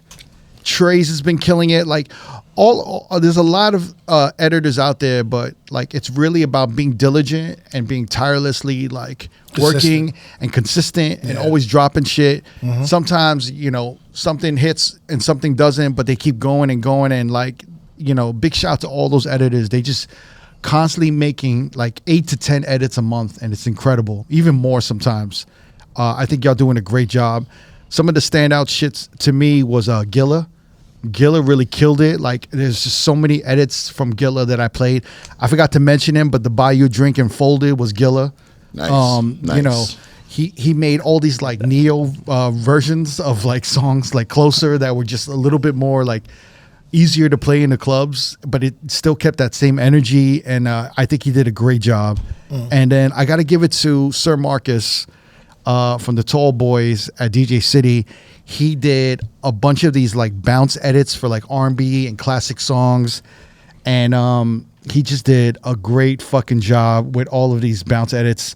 They're all like around 108, 110 BPM, but you know, it's just kind of like beefs up the songs, and it's you know, when it's sped up it can sound off, but he just does it in a great way. And he did a great job with this Mario Let Me Love You that I fucking play almost every night. That's like one of my fucking favorites. He'll just do a couple of classics. He's got like Diana Ross, Lionel Richie, and this is one of my favorites he did with Bobby Caldwell. Big shout to you, Sir Marcus. I know you've been working hard all year and you've been working on these bounce edits. They did not go unnoticed. Salute to you, brother. Great fucking work. One of my top 5 editors of 2025. Let's move it on. We got to keep this shit moving. Now we got to go to probably your favorite. Yeah, definitely. Your favorite, which is the top 3 overrated songs of 2025. So now we get into hater mode. We get into Goldie mode. Do I go first? You want to go first? Yes. Yeah, let's go first. Let's go first. You need like an animated intro for this golden mode on the screen. All right, overrated track. "Love a Girl" by Meg Thee Stallion. I thought that was everywhere. It was fucking damn near a movie for it. So you don't even need to name the tracks. You could just probably just name the artist. Oh wow! Shots fired. Of 2025. The WG FT we fucking tonight, whatever. It just never really jumped off of me. I like the record. I just don't think it's enough. It's kind of like First Class was back in a couple of years ago, where it has a great chorus but just falls off, you know. Anyway, and then Not Like Us. I don't care. I had to listen to it this year. It's still overrated. So like TV Off. Overrated? No, you know you like TV Off. TV Off was good. It was a good idea, but it just, you know. It's just Kendrick. Just what it was. This thing. He hating, man. It's just Kendrick. That's why. You just don't like Kendrick. That's all. I went to his concert. I mean, I went to SZA's concert. That's how you know it's hate. I mean, come on. He got something from it. Bruh. The views and opinions of Goldie are not everybody's. Yeah, for sure. That's my 3. I'm sticking with 2. All right, showcase your top 3 overrated for 2025. I only got 2. I couldn't think of a third one. Really? I can help you with that. Yeah. Win Whammy. Thank you. Can I shake your hand? Damn. Overrated for real? Overrated? Thank you. Overrated. They're overrated. Okay. Please explain. Please explain. This is low vibration. Drop the science. This is low vibrational music, man. It don't really like. It didn't really compel me. The beat, like I really just I'm gonna sound like a hater, bro. But like you really isolate the vocals, the beat. It's just noise, bro. It just sound like everybody yelling in the studio. Okay. It probably was. Yeah. Be honest. You were forced to play that record to a certain degree. Yes, because when it was hot, Yeah. I didn't have it, and I was like, all right, I gotta go get this. All right, okay, it's not that bad. It's not that bad. I just kept telling myself it's not that bad. It's not that bad. It doesn't sound like old Zaytoven stuff, because that ripped for me. It's the hardest part of it is the first drop. Like just how you got that sample playing in the back, that bang, bang, and then it just boom, like it just erupts. And that's what really gets people. And then my favorite thing to do, and a lot of DJs around me, as soon as it says, "We deep as fuck, ho," you just run it back. But it's 2000 energy. It's literally 2000 like yeah, I mean, South that's why, energy. I mean, it's it just works. like it's predictable. You know what I'm saying? I think it's overrated. That's it. I don't think it's agree. like, you know, I'm gonna still play it. I'm gonna still. I think he deserves a round of applause. Thank you. That took I'm a lot standing of on guts. It business. took a lot of Why y'all not clapping? All right. All right, what's number 2? It was in their top records. That's why I get it. And then the other one, I mean, it didn't come out this year, but "Happy Birthday" by Busy Signal. Whenever I hear that song, I run away. What is that? I've never heard that shit. Right? You definitely heard it subconsciously, indirectly, involuntarily. Okay. Whenever somebody, Happy birthday, mama friend. one more year upon them. I hate that song, bro. Hey, I love Jamaica, so I'm not gonna. All right. Nah. Busy got joints though. Busy Signal got joints, but that one, I think it's because of Instagram. that I hate that song. Oh, that's probably why then, yeah. Like, I'd rather play Birthday Song 1,000,000 times by 2 Chainz before I play that song. Okay. Let's keep it moving. Marco Penta, let's get your inner hater going. All right, the Top first 3 overrated 2025. It's gonna be the next hour. No, his list is really long, y'all. It's now okay. So first one off the rip, and it's a little controversial, but Drake, Party Next Door, Somebody Loves Me. Ooh, can I shake your hand? Can I shake your hand, please? Sure. I agree. It's such like you have to be at the right room and play it at the right time. Record. Doesn't work everywhere. Yeah, and only that part where it's like we in Miami turning up another notch, and then it falls flat. Right. So I was just like, and everybody would ask for it, and I'm just like, okay, it's not a bad song, but You know what I'm saying? I call it a unicorn record where you have to be like at the right place at the right time with the right crowd. yeah. Come to Ballads and Bottles. But I do agree that it is a monster of a record when it's in the right room. R&B party. Right. Yeah. And then- When it's in the right room. You If you're can't in play New that York- shit in the middle of like a function. It don't work that way. You know you don't work But that you way. also, if we're in New York, you got to play the Cash Cobain. You got to play the part 2, the Cash Cobain. Yo, I joint. tried that when Exactly, it first came I'm out. Slizzy Jersey, baby. You know how I rock. It be going for you. It be going for you. In the right rooms, yeah. Not in like the downtown shit. Another but, like, unicorn record. Yeah. Yeah. Bro, I tried that. I think I did it at I think I just did it at the wrong time. I think I had just came out. Like we did Musica with O'Deal. It was our R&B party, and I played Somebody Loves Me, and then before Drake came on, I put on slid the Cash Cobain version of his verse. Yeah. Everybody was like, It didn't work. but then I had to sit there and be real. I'm like, it just dropped. People probably didn't even hear it yet. They're just like, It's a horrible feeling. But artists of that, in that big ass room. Oh my god. It's like going up to a girl that you've been dating for a while, but she's with her friends, and you're like, "Hey, what's up, Melissa?" And she just ignores you. Like, or you? Yeah, I've never experienced that, but I get you. I've experienced that many times. Hey, okay, Melissa. All right. Shout out Melissa. I'll go fuck myself. I don't even know any Melissas that just came to my head. Melissa. Oh, that's a good one. I'm not. My bad. All right. Number 2, Rob 49. What the hell? Get it out of here. That's actually a Pack good it one. up. That would have been my third one. That would have been my third one. That was almost like the labels paid for that. Yeah. Like they tried to make that happen, and it just didn't. And there was so many edits of that too. I like his charisma on it. That's about it though. No, definitely. So He was selling the fuck out of that song. he was selling that shit. He's like, so "Mom, you hard. watch on Ready? What the hell? You know what I thought fucked it up is that that expression "what the hell" already crossed over to like white America. Yeah, that's what made it fall, bro. like You know 2 what I'm saying? minutes. It was Yeah. like Yeah. if that song came out and then 6 months later, like white America started saying "what the hell," it would have been different. Yeah. But it, like already when that song dropped, people were already going like, Yeah. I was just seeing like just white people like on like newscasters being like, "What the hell?" Like, you see what's going on? You see what's going on in Congress? What the hell? What the hell, buddy? And I was like, yo, what the fuck's going on? Yeah, man. what's 3? All right, so yeah, that was number 2. Number 3, Maya P. Ferry. Yup. Oh, okay. I disagree. That's what I'm saying. I feel like it's been a long year, bro. I don't even know. I forgot that it even came out this year. That Yeah. didn't really hit in New York for you guys. Nah? No, I have. Did you try it? Yeah, no, I had to make an edit with it. Which one? But you didn't try the Vans one. No, the Vans one I knew just wouldn't work out here. Really? I know it doesn't work I out here, played yeah. it in like everywhere. I was in upstate New York. I was yeah? in fucking downtown LES, and it always works. And it's one of those records that I initially hated. And I said to myself, I will never fucking play this record. And then I just saw someone play it, and I was like, oh shit, this went off. And I tried it, and I was like, I couldn't even deny it. I was like, from San Diego to New York to wherever, this fucking record's hitting. All right, I need And names. I need video. Yeah, no, I will show you. this. I was even with MoMA, and I kept telling him, I'm like, yo, this fucking. He's like, what's the biggest song right now? I'm like, yo, fucking that Ferry Vans remix. He's like, I don't believe you. I don't believe you. And I'm like, fam. I'm like, because me and him have like the same kind of like, we do this like jerk, like donk. Pause. Pause, yeah.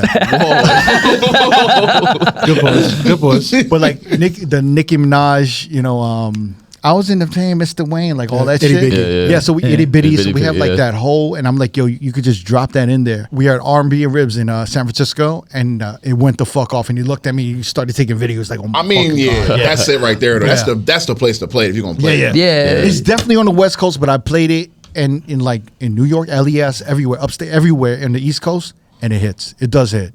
Yeah. I guarantee. Try it again. He's trying to sell you on this song. Right? Try it again. Try it. No, I tried it, and like the bottle waitresses love it, but that's about it. And then again, it kind of falls flat. Yeah. All right. So I give it to you. they do the that's- little dance, and that's it. All right. I'll give it to you. That's that novelty thing I was talking about earlier. I would agree with you, but it just 'Cause proved me wrong. Everybody just go like this, Exactly. and then that's it. And then they're just Yeah. like, I don't know the words of the song. Yeah. I just go like this. I don't know. It just proved me wrong, and Wop, I just wop, ended gap, up gap. falling in love. Yeah.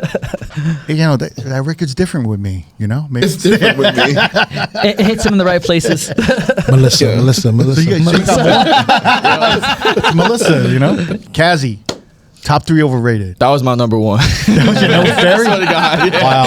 I still play it. I think that like, here's my thing. If you can make it work with an edit, then cool. But if it needs an edit, if it's like a big record that people are playing in the club, but I feel like it needs an edit to make it work, or I gotta just like use stems and just throw the acapella over something that's harder, like that feels overrated to me.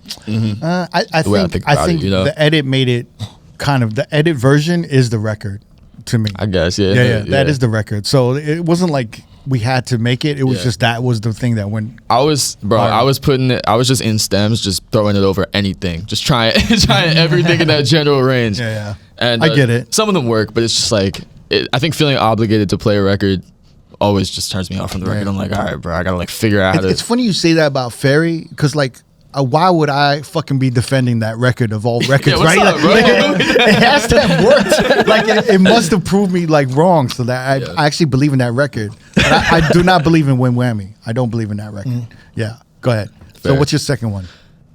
No Broke Boys. Which one? No, bro. We got beef in here. Wow. But similar thing where I have a couple edits. I have an edit of that over Hollaback Girl. And that, for some reason, just bangs every time. I don't even have to play Hollaback Girl. Usually I do, but like, it just, that started to work for me. But yeah, it took some finessing and took some trial and error to figure it out. I just feel like it was so big so fast on TikTok, and it was such a TikTok song that people don't know the rest of it. So you were saying you have like a hook first version that you play of it, right? Yeah. I think you have to do that. You know what I'll do? Like I'll amp up. Like I'll have the crowds completely amped, and I'll do like I may like stick into like I might do a set of like 2010 kind of like up tempo EDM-ish remixes. Yeah. Hit them with like Shooting Stars. Yeah. Loop that a little bit, and then go no back, no back, no back, no back, and then it just hits. That and then intro everyone, does help a lot, yeah. Yeah. So like everyone just like erupts, and for me it's just during the summer when you see like all groups of girls of all different ages and colors, like just fucking wilding the fuck out. I was like, thank God for this song. It was just definitely like one of those joints. It was definitely a banger in the summer. I also like that it was a single that got flipped and turned into and kind of took off on its own. Like just on some music shit. That's always cool to me to see a record like kind of take on a new life.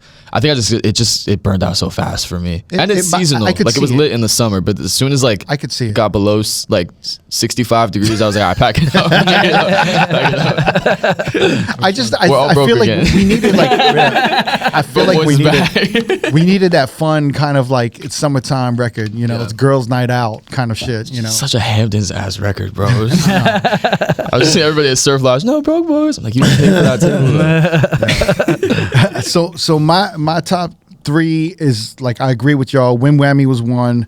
The Party Next Door and Drake, Somebody Loves Me. I also think like I was really disappointed. Like Doja Cat, I thought was like kind of like a miss. I was like hyped up for that release, and it didn't end up doing anything. Yo, like, that threw me off, bro. Right? Because I'm like, she was a huge deal, bro. Like the last album, and Gorgeous. Before that. Gorgeous is hot. Huh? Gorgeous. The song Gorgeous. Nah, bro. It's good. No, I'm not dismissing the fact that it's probably a really good album. It's just like when I remember like there was kind of some controversy about people not liking her album cover or whatever like that. But I'm like, damn, I never seen people go so quiet for Doja Cat. Like that was like there's something going on. Like it's almost like they were just like immediately hating on her, right? Like it was like they were just like, we're over this. What's no label? It was no I label. might be missing something. This is It's something. no label. It's no label. They got to work. She was definitely a label darling. Yeah.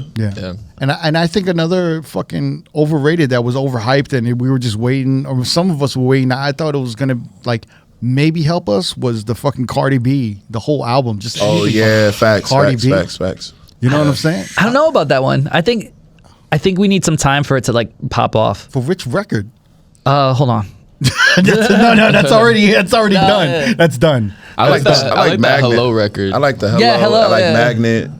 It pop I don't up at know. the party. The joint with Kehlani got some radio play. Safe. But it didn't Yeah. stick. Yeah, It yeah. didn't stick. I thought that there was a Jersey Club edit of that I was like, oh, this one sounds good, but it's like, when am I gonna play it? Like, no one's gonna want to hear it. Yeah.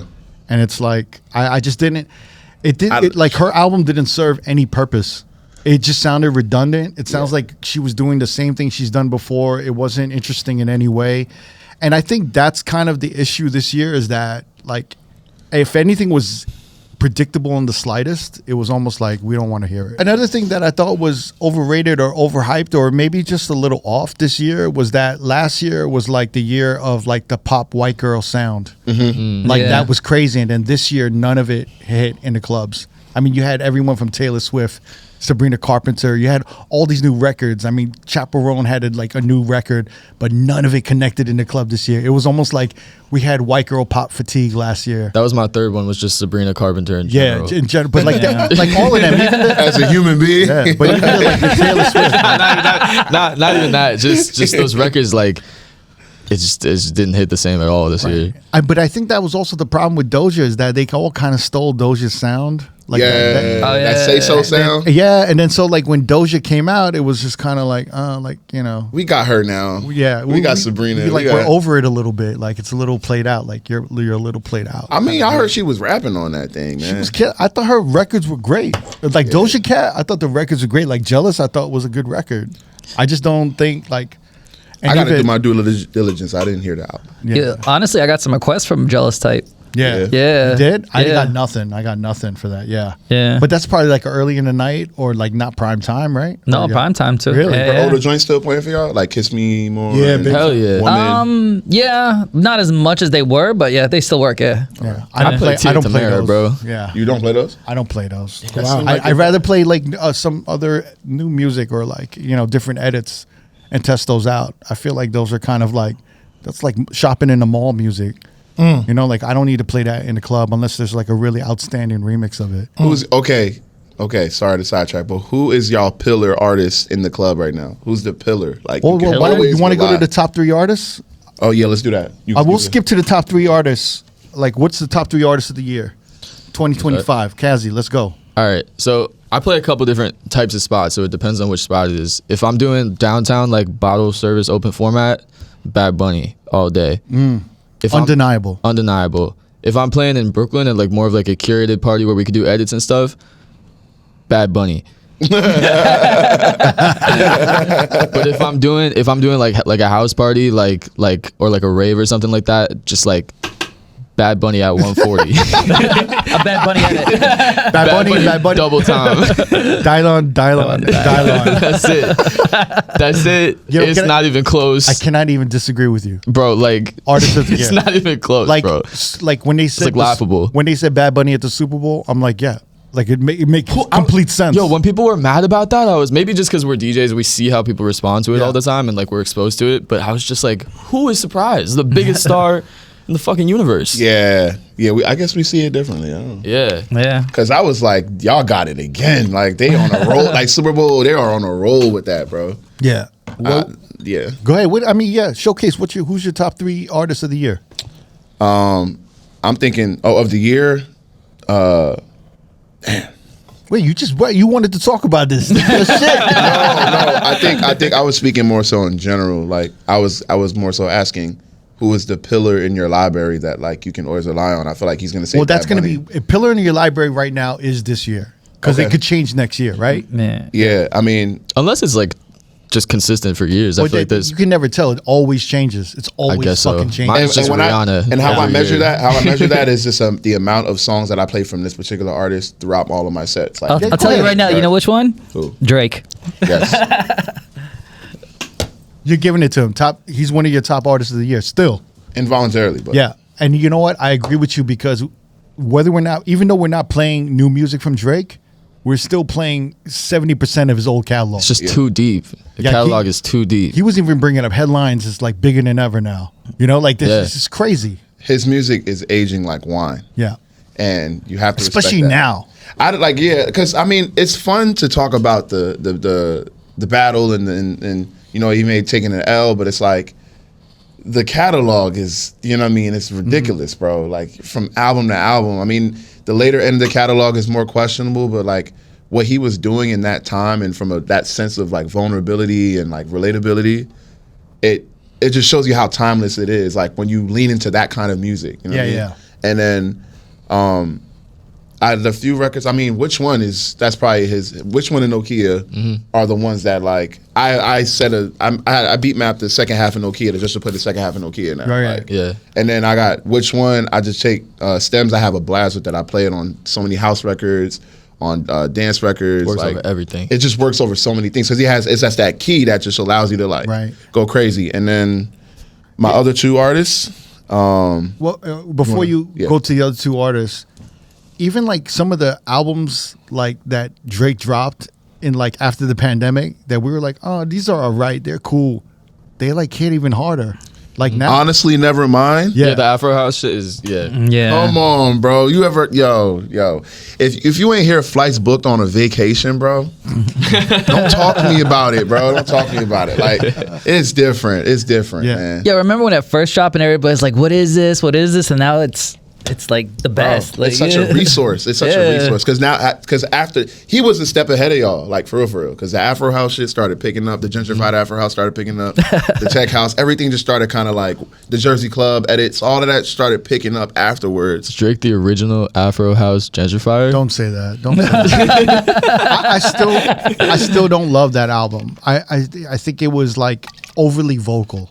Yeah, It's overly vocal. Yeah. I I think can feel that. Like singing? You mean? it was just too. It was almost. I just wanted him to be like, "Yo, just shut up" for like 16 bars. Oh, and like you know what I mean? yeah. Like, The song "Falling Back" is how I feel on that. Yeah. He started crooning his ass off at the end, like "Falling." I was like, nah. it was like him on that J Hus record where his second verse would not end. Yeah. We were like, yo, shut the fuck up. Like, Yo, DJs really think the same shit, bro. I was like, what are you doing? Every time I play that record, I'm like, do I want to commit to this Drake verse? The J Hus, I right? cut it all the J time. Hus? I do.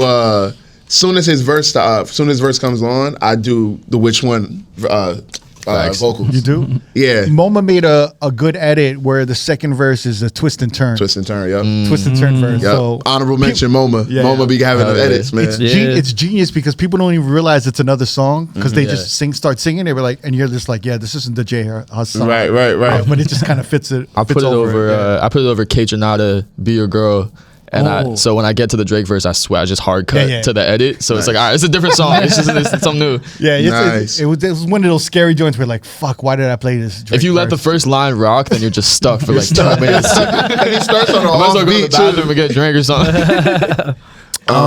And now who's your last top artist? Oh, I got so it's Drake, Beyonce. Beyonce. Beyonce in Brooklyn is like mac and yams. It's like peanut butter and jelly. It's like fish and hot sauce. I don't know what. It's mad. It just works every time. Like, cause I got Cuff It. It's aging like wine. It's a great day, summertime or even like warm up. Like when you get into that dance. Like if I'm playing 1-2 step. If I'm playing Be Your Girl. If I'm playing what else is there? Like I don't know, Promiscuous. I'm playing. I could even do Candy. I could do Never Too Much. Like it's just a very palatable song for me. Cuff It in particular. Yeah. And then if I'm in my 72 BPM, they have this Diva TGIF mashup. I think Jacob Dior, somebody made that. That like you could play Diva. You could play one thing I picked up from my dog Moochie is I started playing cuts from the Homecoming live album, where she has a live band, right. Where I play Party on there. She had like the HBCU band. Yeah, and like there's so many cuts that Beyonce has that DJs kind of forgot about, like Ego or Countdown, or there's just so Upgrade You. Like these joints still go. Yeah. They're great kind of like switch records. Yeah. Where if you're in one genre, you could switch to another one. Right. And you could kind of feel it out. Okay, now we're on this. Like if you play Cuff It, you could go anywhere. Right. You know, you could go into go to Luther Vandross. Yeah. You go to like Saturday Love. Yeah. Or you could bring it back to like Sierra 1-2 Step. Or you could do you can kind of go anywhere you want, you know? Like a song like Heated. I play, there's a part where she has a breakdown at the end where she's doing these chants. And I play Encore by Cheryl, right? And it goes because the build up goes right hand in hand. I'm like, yo, her album, especially Renaissance, particularly or B-Day, they're just very palatable. And then lastly, my third artist is Kaytranada. Kaytranada has a library full of beats that I could just cut his vocals out, wherever you put on there, put somebody else's vocals on there and make it make sense. Or I could play some of his original music. And then the latest project he dropped, Space Invader, is like, I do something mean to that one. When I'm in LeBain, I'll play Space Invader and I'll play Hot Music by like Soho, put those together. Interesting. It's just very generation bending. Like he merges different generations with his different styles of drums and synths But I always played those three artists in my sets. I noticed. You're one of the only DJs I've heard that's playing any new Kaytranada. You know, you got to be nice. Mic drop. All right. Marco Benta, what's your top three artists of the year? Well, number one, obviously, goes without saying, Bad Bunny. Bad Bunny, yeah. I love that he switched up his sound for this album, and then he went back to the salsa Puerto Rican roots, and it brought it back on Billboard, which we never thought it was possible, all these years. So got to give it to him. I won't stay too long on that because, we already know. Number two, Weeknd. I'm a huge Weeknd fan. Same. And it actually breaks my heart that he's ending that project and he's not continuing that on, But his album, what was it? Hurry Up Tomorrow Hurry Up Tomorrow.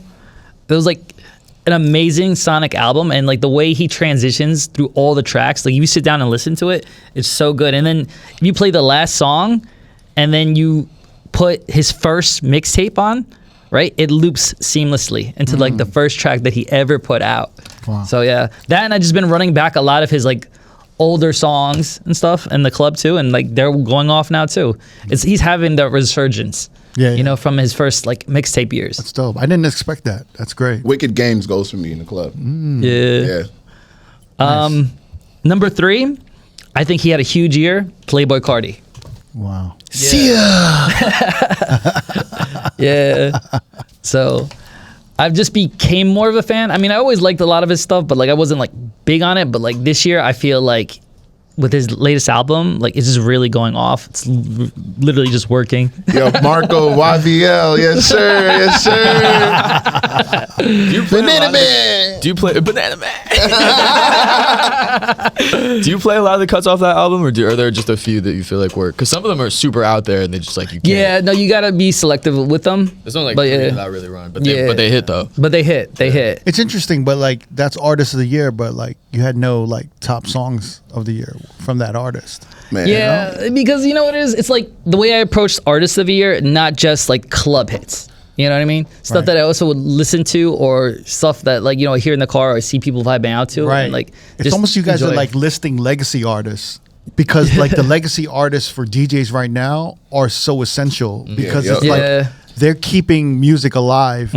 They've helped us so much this year that a legacy artist with a large catalog is so valuable and priceless to a DJ. So we're reappreciating all these artists this year when there hasn't been that much new music. Exactly. That's been connecting with people. That's great. And then, like, I do. Oh, did you do your third one already? I did. Sorry, I was gonna do an honorable mention. What's your honorable mention? I'll fuck with Oh, Marco, you man. saw it. You saw it. I looked at it. I looked at He it. cheated. He peeked it. So my honorable mention, and I have to mention it because he's having a huge year too, along with Playboi Carti. Tame Impala. Yeah. Nice. Wow. Yeah. Code. Again, like I wouldn't play a lot of his songs in the club, you know, but again, I genuinely love his songs, and like he's having a huge year, man. Like he's throwing concerts, he's selling out MSG, like. Yeah.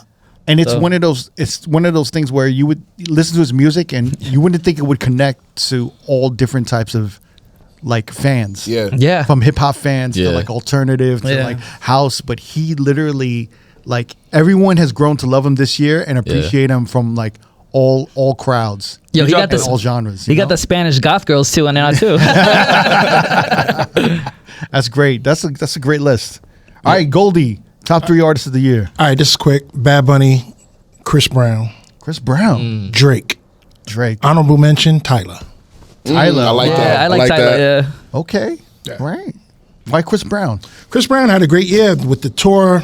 A lot of his records came because people saw him perform them. Yeah. They got a whole nother life. Whole nother. I mean, even the slow jam Residuals is one of the biggest Yup. of the Yeah. year. Yeah. Tyler, when you thought she was at her lowest, she actually kind of stayed in the pocket. And a lot of those songs that was on the first album had a big learning curve Right. where everybody got up on them, and now she's like rocking with Chanel. She's got the the remixes, all the edits. She's winning. She's one of the few artists that like what I was talking about when the artist is predictable, it doesn't translate anymore. But she's sticking to her guns. Yeah. She's Yeah. sticking to a sound. Yeah. Right. I think she could do that because her sound is popular. Well, her sound is culturally tied to her. Exactly. It's like a part of her. It's authentic. And it wouldn't have. It would like if Tyler, like I'm sure there could have been many labels like, yo, let's do a Rihanna with Tyler. Let's like have her do like house and let's do a pop. And she stuck to her guns. And some of the songs like went off. Some of them didn't, but she just stuck to her guns and was like, Yeah. I'm gonna keep making Amapiano and South African music.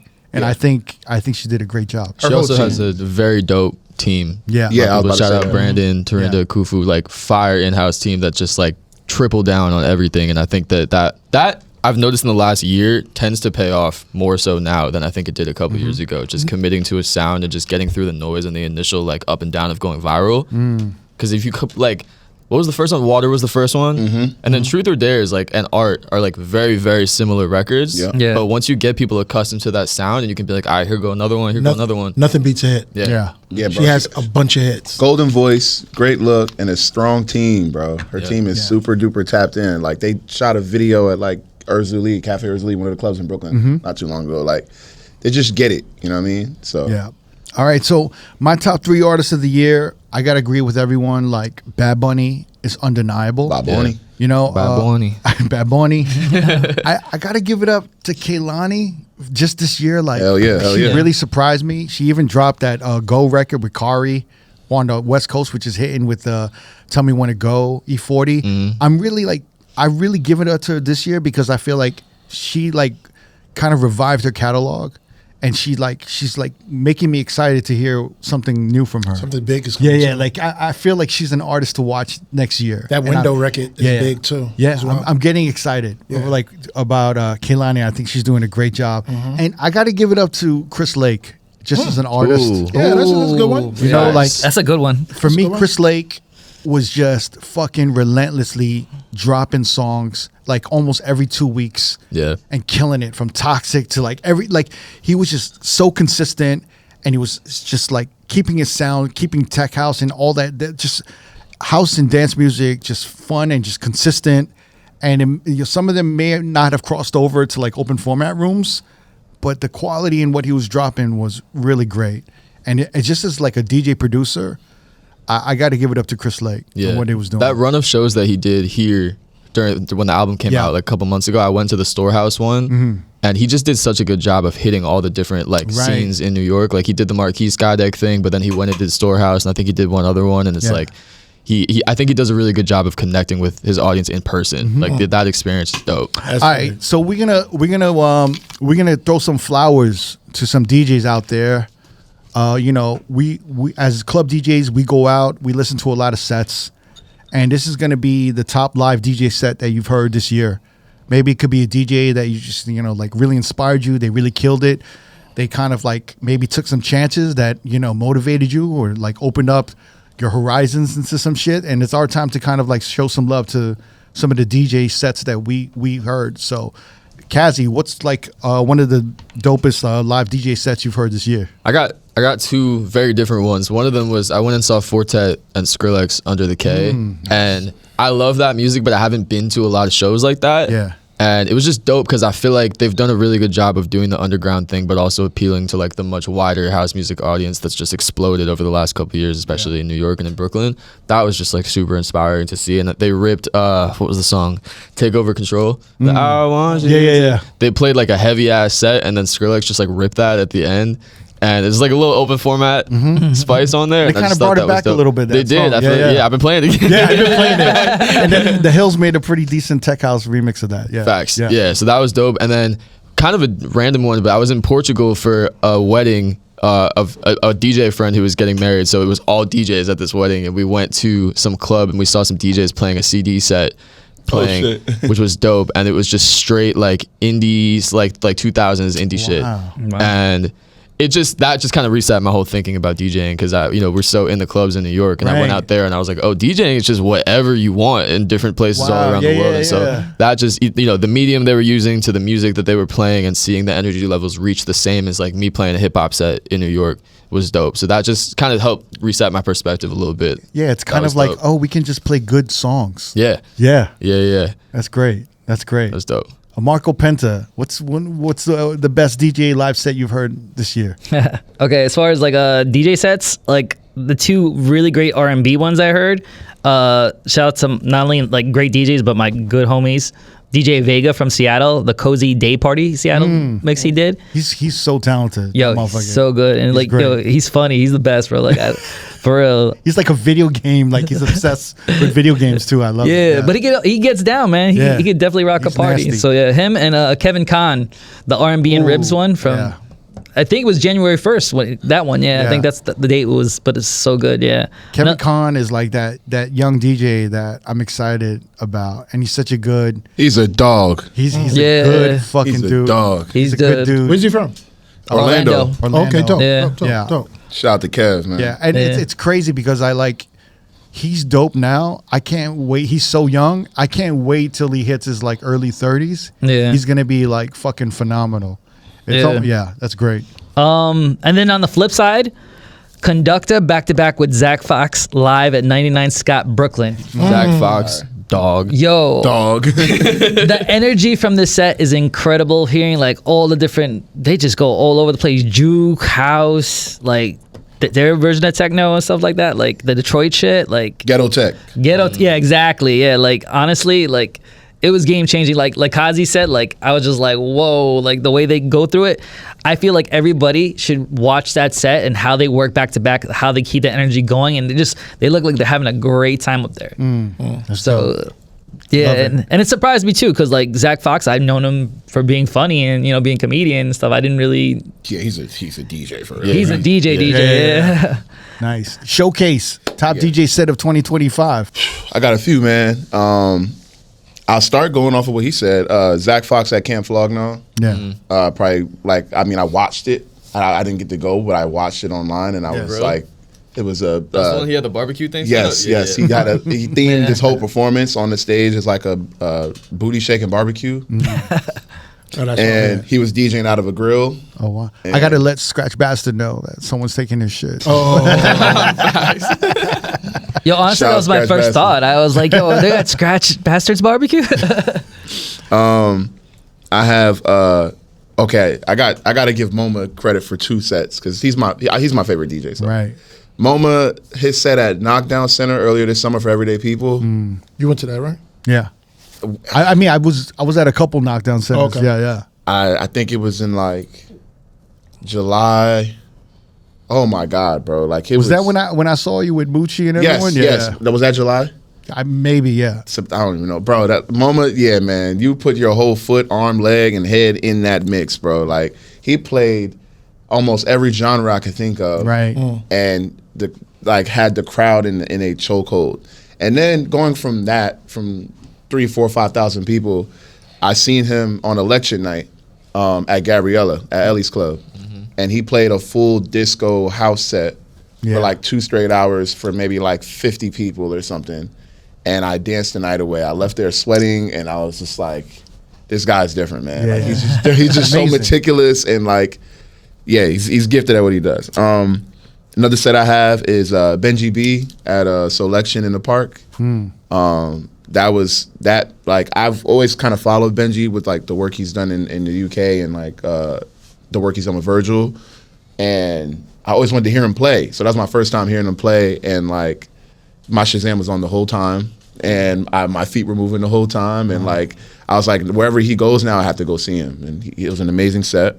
Then I have I got any Tuesday with Moochie and Supply. Yeah. Nice. It's a legendary set. I can't lie. These guys at Record Room. At Record Room. Yeah. Their party's called Suede.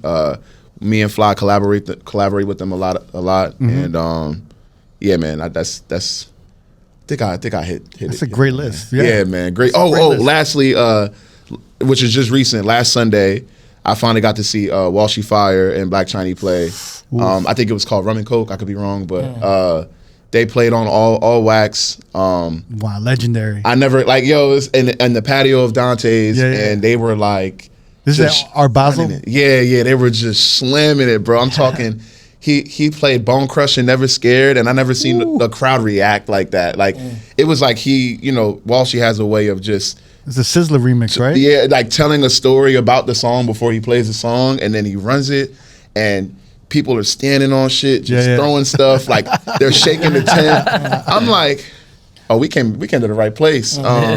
And then and you go inside, and then you have Charisma playing the one of the best house music sets I've ever heard, bro. Amazing. That was probably one of the greatest nights of my life. I love it. Lie. I love it. All right, Goldie. Dope. Top live DJ sets of 2025. I don't get a chance to go out much to hear other DJs, but when I do, it's always something special. Silent Addy at the Pier for Everyday People. Big up.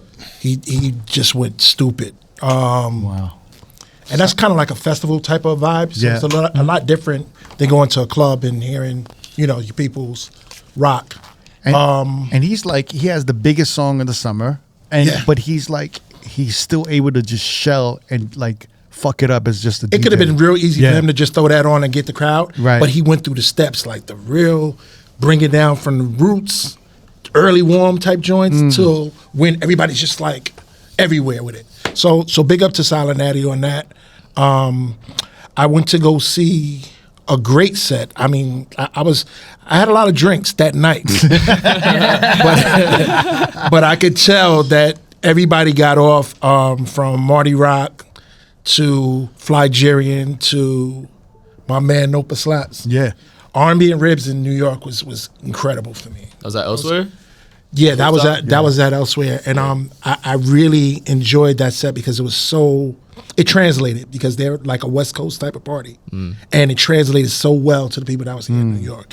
That shit was like really, really impressive. Yeah. Nope. It hit me. I was talking with him, and he said like he was like the most proud of that New York set that he did. Yeah, it was very tight. It was very concise. It was a very well thought out, especially when you're having so many different styles come and to be able to find your spaces. Yeah. And still be able to rock. Right. You know what I mean? Right. So it was a very impressive set. That's dope. And last but not least, DJ Scratch and DJ Melstar. Ooh.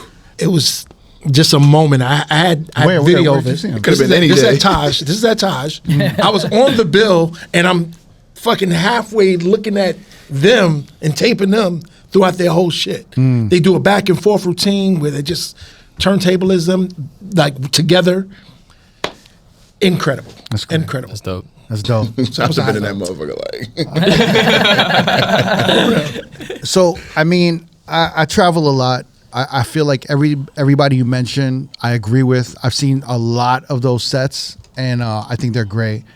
I can't say enough about Record Room on Tuesdays with Moochie and Supply and Thursdays with Snips and Carl.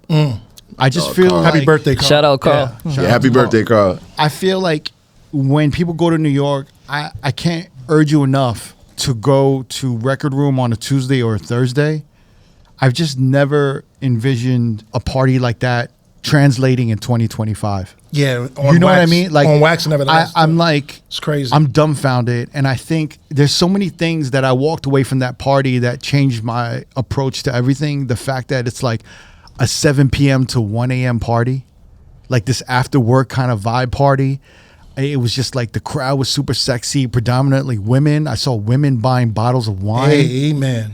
Like women buying bottles, like women, Amen. beautiful women coming in, like getting a table, reserving a table, buying multiple bottles of wine, drinking an early set with Snips on a Thursday, hearing him play like Lauryn Hill, Salam Remy remix of Sweetest Thing, like these intro records, Christian, Jay-Z records that we never heard. Maybe we haven't heard these records. I haven't heard these records in 15 years or more. And it's like I never would have thought that these records would translate. And then, you know, hearing Supply and Moochie playing like Beyonce Dangerously in Love, like that whole song from beginning to end. And getting the reaction. And yeah, and just being like, oh shit. Yeah. These motherfuckers are playing the bridge of R&B songs. Like the most important part of an R&B song, the bridge. Like I'm hearing the whole song. And like I was just out of my mind. Like some of these songs are 5 minutes, and you see women singing these songs at the top of their lungs Front to back. from beginning to end. Yeah. And I'm just like floored. I was just like, what the fuck is going on? Like it's just really, it like defies everything that we do in the clubs. It's like the complete opposite of letting a song play. It's like really kind of magnifying what makes a song great and letting it be great. And just kind of like you said before, when you were hearing like those DJs just play CDs, just letting the song play and let the song do the work. Let it breathe, yeah. Right? We're almost overworking when we're in the clubs. We're almost overworking to make songs work. Yep. And Yeah. then when you go to Record Room and you see these DJs playing vinyl, you're just like, oh, like these songs are just doing the work. And it's like, I love that. I don't know if like we could ever do something like that. Like I feel Depends like on the space, I think. It depends on the club. I think it's Yeah. really about the vinyl. And there's a party in Vegas that's starting to pop that's very similar. It's with Spider Tech.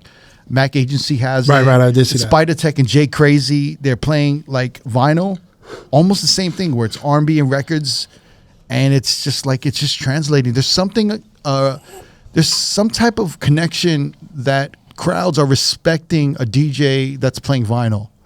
They are like they appreciate and they're kind of like. I feel like maybe it's the visual of like watching a DJ look for a record and pick a record out. It's not that. You don't think It's because everybody has a computer.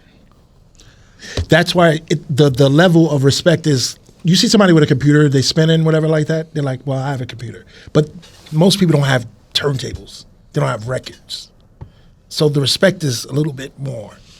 I think it's kind of what he's saying is that it's like you're watching a craftsman, right? It's like you're watching someone, I'm right? putting this mix together Yeah. as opposed to like, I don't know, manufacturing it. I don't know how to explain it. Like No, you're absolutely. It's like watching like a blacksmith or something. Like you're watching like somebody like work a craft, Right. And you're just kind of like watching them. It's like watching, I don't know, like you go to Din Tai Fung and they're making the fucking dumplings by hand, right? It's kind of like, oh shit, know like about that. that. I respect that shit. You know what I'm saying? I don't even gotta say nothing else. That's what It's like it's something like you're watching the craft and you're respecting the craft and like like kind of like, oh shit. I think DJing lost a little bit of respect because of the computer and because of the I think the gadget computer that go over assumes that you have all the music. I think that's a big That's part of it. the I big think part of with it. the vinyl thing, it's like that they have what they have, Yeah. and they can't pivot to pander to you or anybody else. Right. They have what they brought, and like you're stuck with the music, they're stuck with the music they have, and so I think it's also respecting the selection Yeah. and just knowing that I like this believe night that is too. going to be what it's going to be. But I think the process of it, like watching the process of it, I think is really like it's endearing to them. Like watch, Yeah, like for the sure. crowd is just watching it and they're just like, oh shit, like this is vinyl. Like they're actually playing vinyl. Going to Record Room on Tuesdays definitely as a DJ for me, and I started doing sets there too. Yeah. It's taught me a lot about patience Yes. and like what I see that Moochie and Andrew do when they're out, even if they're playing on sticks, because Moochie doesn't play on Serato, he plays on sticks and he plays on vinyl. So like he's very analog with it, and like he'll let a song really play out. Like he still kind of has the same style when he's playing digitally, and I'm like, damn, like. And then when you see like he does like 4-hour sets sometimes, and I do 4-hour sets, so I see like how you could get so caught up in the quick mix, but sometimes if you really just let that shit rock, and you lose that fear of like, yo, I might lose my crowd here. Over time, they start like they adapt to what your style of play, and it works out for you in the long run. Like, because I've seen the Manhattan side of things where you have those table focused clubs where like you got these really like dopamine overload DJs who play a bunch of drops and talk on the mic, and like you barely can hear the music, and they only play 30 seconds of the song, and you just see these people just like so overstimulated to the point where I'm just gonna smoke and drink until like this makes sense for me. You know what I'm saying? There's that side of it, but too. It's like the way they treat the music, it's like so disposable. Exactly. Right? When you let the song rock, you are giving respect to the song that you chose. Right. Sometimes you need to do that though, depending on the room. Like when I'm at like a downtown bottle service club, and they battling and they're doing presentations and shit, and like you kind of, certain rooms, their attention span is that short where you got to just like new song. But I feel you though that like letting it breathe is good sometimes. But there are rooms where I feel like it's just a necessity, and it's just like the energy of the room, you know. I could do turn my swag on for just a hook and then go to another song, right? Facts. Yeah. And then there's a song like I don't know, Every Girl in the World, where you could play Drake and Wayne's verse and then go to another song, where that's kind of what I mean too. Not like the whole song, you know. Yeah. But like for my party, like an R&B party, I could let the whole song rock because I know that people are waiting for the bridge. Well, you also building that intimacy with the crowd that's coming there. Right. So you kind of set the pace. Yeah. How you want to treat them to a certain degree, you know? Yeah, for sure. Honestly, I think that's what it is. I think it's a quick mixing thing. If you're on vinyl, there were DJs that used to quick mix on vinyl, but like you're less inclined to do that, right? In my opinion and stuff. So I think that's what really helps out too. It's also like on vinyl, especially New York style, it was all about playing the best part of a song. And it's like, you know, you kind of want to skip around, and then it became like stylistically like kind of dope for a DJ to always find the best parts of a song and keep dropping it. But like this is something I've never seen before, what they're doing at Record Room on Tuesdays and Thursdays. I can't urge anyone inside of New York to go and stop through on a Tuesday or Thursday to Record Room, Long Island City, 7 to 1 a.m. If you can get in. But yeah, I think it's really kind of like, it's almost like I felt like I was in a time machine, and I was time warped to like 2000 something. But I wouldn't hear those records at that time in that room. We wouldn't be playing slow jams prime time, you know. So it's really something. It's really remarkable, refreshing, refreshing. And I tip my hat to Snips, Carl, Supply, and Moochie. And big shout to Ben Blacken, who was probably really early on putting Record Room on. Like he was one of the first motherfuckers to really be in there. But I can't, you know, those are some of the best live sets I've seen. And they really like kind of changed my perspective on You getting back on wax? No, I don't want to do it. I want to enjoy it, but I don't want to do that shit from afar. Enjoy from afar. I don't want to do that. I appreciate it. All right, so I want to run through these fairly quickly, but I want to give y'all a chance to tell us your favorite moment of 2025. Could be personal, could be just broad. Kazi, favorite moment 2025. I had 2 gigs that I did this year that were dope, that were just different from everything I've done. One was A-Track had me at A-Track and Friends at Elsewhere's, like his full venue takeover. And that was just like it's always cool to play a venue like that and whatever, but like to have someone like A-Track. Yeah. They recognize you, the right? GOAT, Yeah. like it was just like the most humbling, crazy. How'd you get on the A-Track's radar? I interned for Fool's Gold when I was 17. Oh, get out of here. And a long time ago. And it's a crazy story. So quickly, I cold emailed them, and the next day was in an Uber pool with Lansky Jones from World's Fair, and we were just talking. I was like, "Oh, you signed?" He was like, "I'm with this label, Fool's Gold." I was like, "I just emailed them yesterday." And he hit him up, and they plugged me in, and I just was doing whatever they needed. It was right when they moved to their new space, so it was a lot of like store stuff, label stuff, PR, everything. That's where I learned a lot about like promoting music. And yeah, I mean, A-Track is very involved, and he was always around, and he's always been a great mentor. But this is the first time that we've really worked together, like as a DJ, because I wasn't even DJing back then. I was just an artist trying to learn about the music industry. That's so dope. that was just like easily the most humbling booking I've ever gotten in my life as a DJ. That was dope. And then my homies have a rave collective called Renegade, and they do a lot of stuff in Brooklyn, Knockdown, 99 Scott, and stuff like that. And they have this fight night event where they have like sanctioned MMA matches and like a bunch of different fighting styles, and they have DJs. So I DJ'd that. So I was playing like 2 or 3 minute sets between matches and between rounds. I was there. And it was just straight like techno, just rave shit. And that was just cool to DJ in a different environment, to DJ an event, you know. They had Ray Sherman perform like in the middle. It was just like a crazy, bizarre event. And it was super fun. That's dope. Yeah. Nice, man. Top 2. Yeah. Marco Penta, favorite moment of 2025. My favorite moment of 2025, and like it's still incredible to me. I'm still buzzing off of this. I played Paris for the first time ever. Right. Yeah. I went for this past fashion week. Shout out to Brian.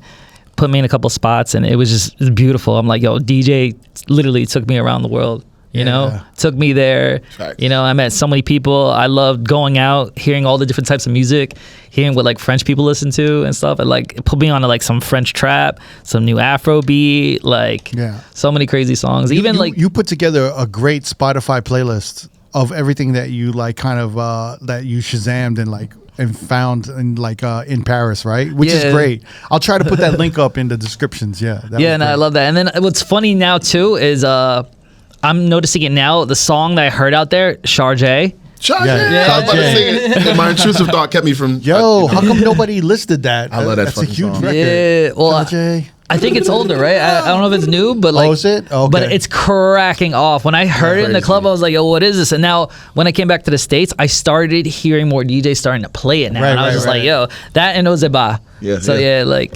That's dope. Yeah, no, it was a great moment for me. Like that's the highlight of my 2025. Yeah, you're still glowing from it. I love it. Yeah. And I keep it. I'm going back too. All right, showcase top moment of 2025. I feel like I already know it. I got to DJ in London for the first time. Touched a lot of great venues, Box Park. I did a Soul House out there. Got to do like a really dope R&B party. Did DLT brunch. It was incredible stuff, man. Like never been to London, so that was dope. What was the vibe? How was the vibe in London for you? It was like, it felt like home a little bit. It felt like New York, like it had like a New York energy to it. Yeah. Went to Notting Hill Carnival, and it was for my birthday. I had turned 30 out there. It was really fun. Nice. Thanks, You're growing up. I like it. Man. And then, I mean, the top moment, it might be like top 5 of life, but me and Flagerian had did Dumbala, and we got like a text message early that morning saying that Zoran Mondani was gonna be coming to our party. Yeah. And I shook it off. I'm just like, you know, when has a politician ever just, you know, come through like to a party? And then I'm like, I treat it kind of like how when they say rappers are gonna pull up and they never pull up. So then, you know, it's like 11:50 something, and there's people starting to gather around the back window, and I'm just kind of like, oh, is this really about to happen? He's really about to happen. He's coming. And you know, at 12 on the dot, his security guard comes through, and he comes through the window, and I'm like, holy shit, I got to make an intro for the potential mayor of New York City right now. So I'm like, you know, and it couldn't have been a more perfect moment. You know what I mean? So great. I saw it happening. I saw the recap on the news. It's fucking amazing. Yeah, man, it's incredible, man. Yeah, man. The mayor, he requested the Party Animal song. He has great taste.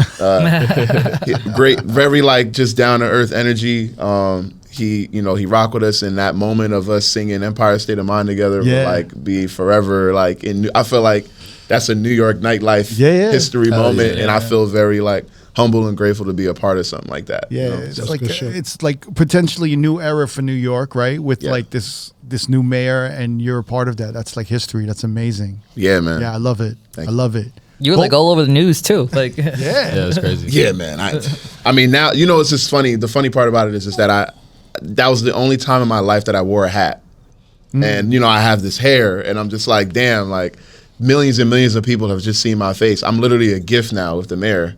Like if you go in the Instagram comments or something, you'll see me dancing with the mayor, and I'm just like, damn. The one time I'm wearing a hat for a Halloween, it was a Halloween party. I was dressed like Jim Jones, and Ed Hardy in chains, and then Fly is dressed like Joel Santana with a pink bandana. I'm like, wow, this is the one time. Like, yeah, right. Yeah, that's how y'all look. That's y'all. Right, they probably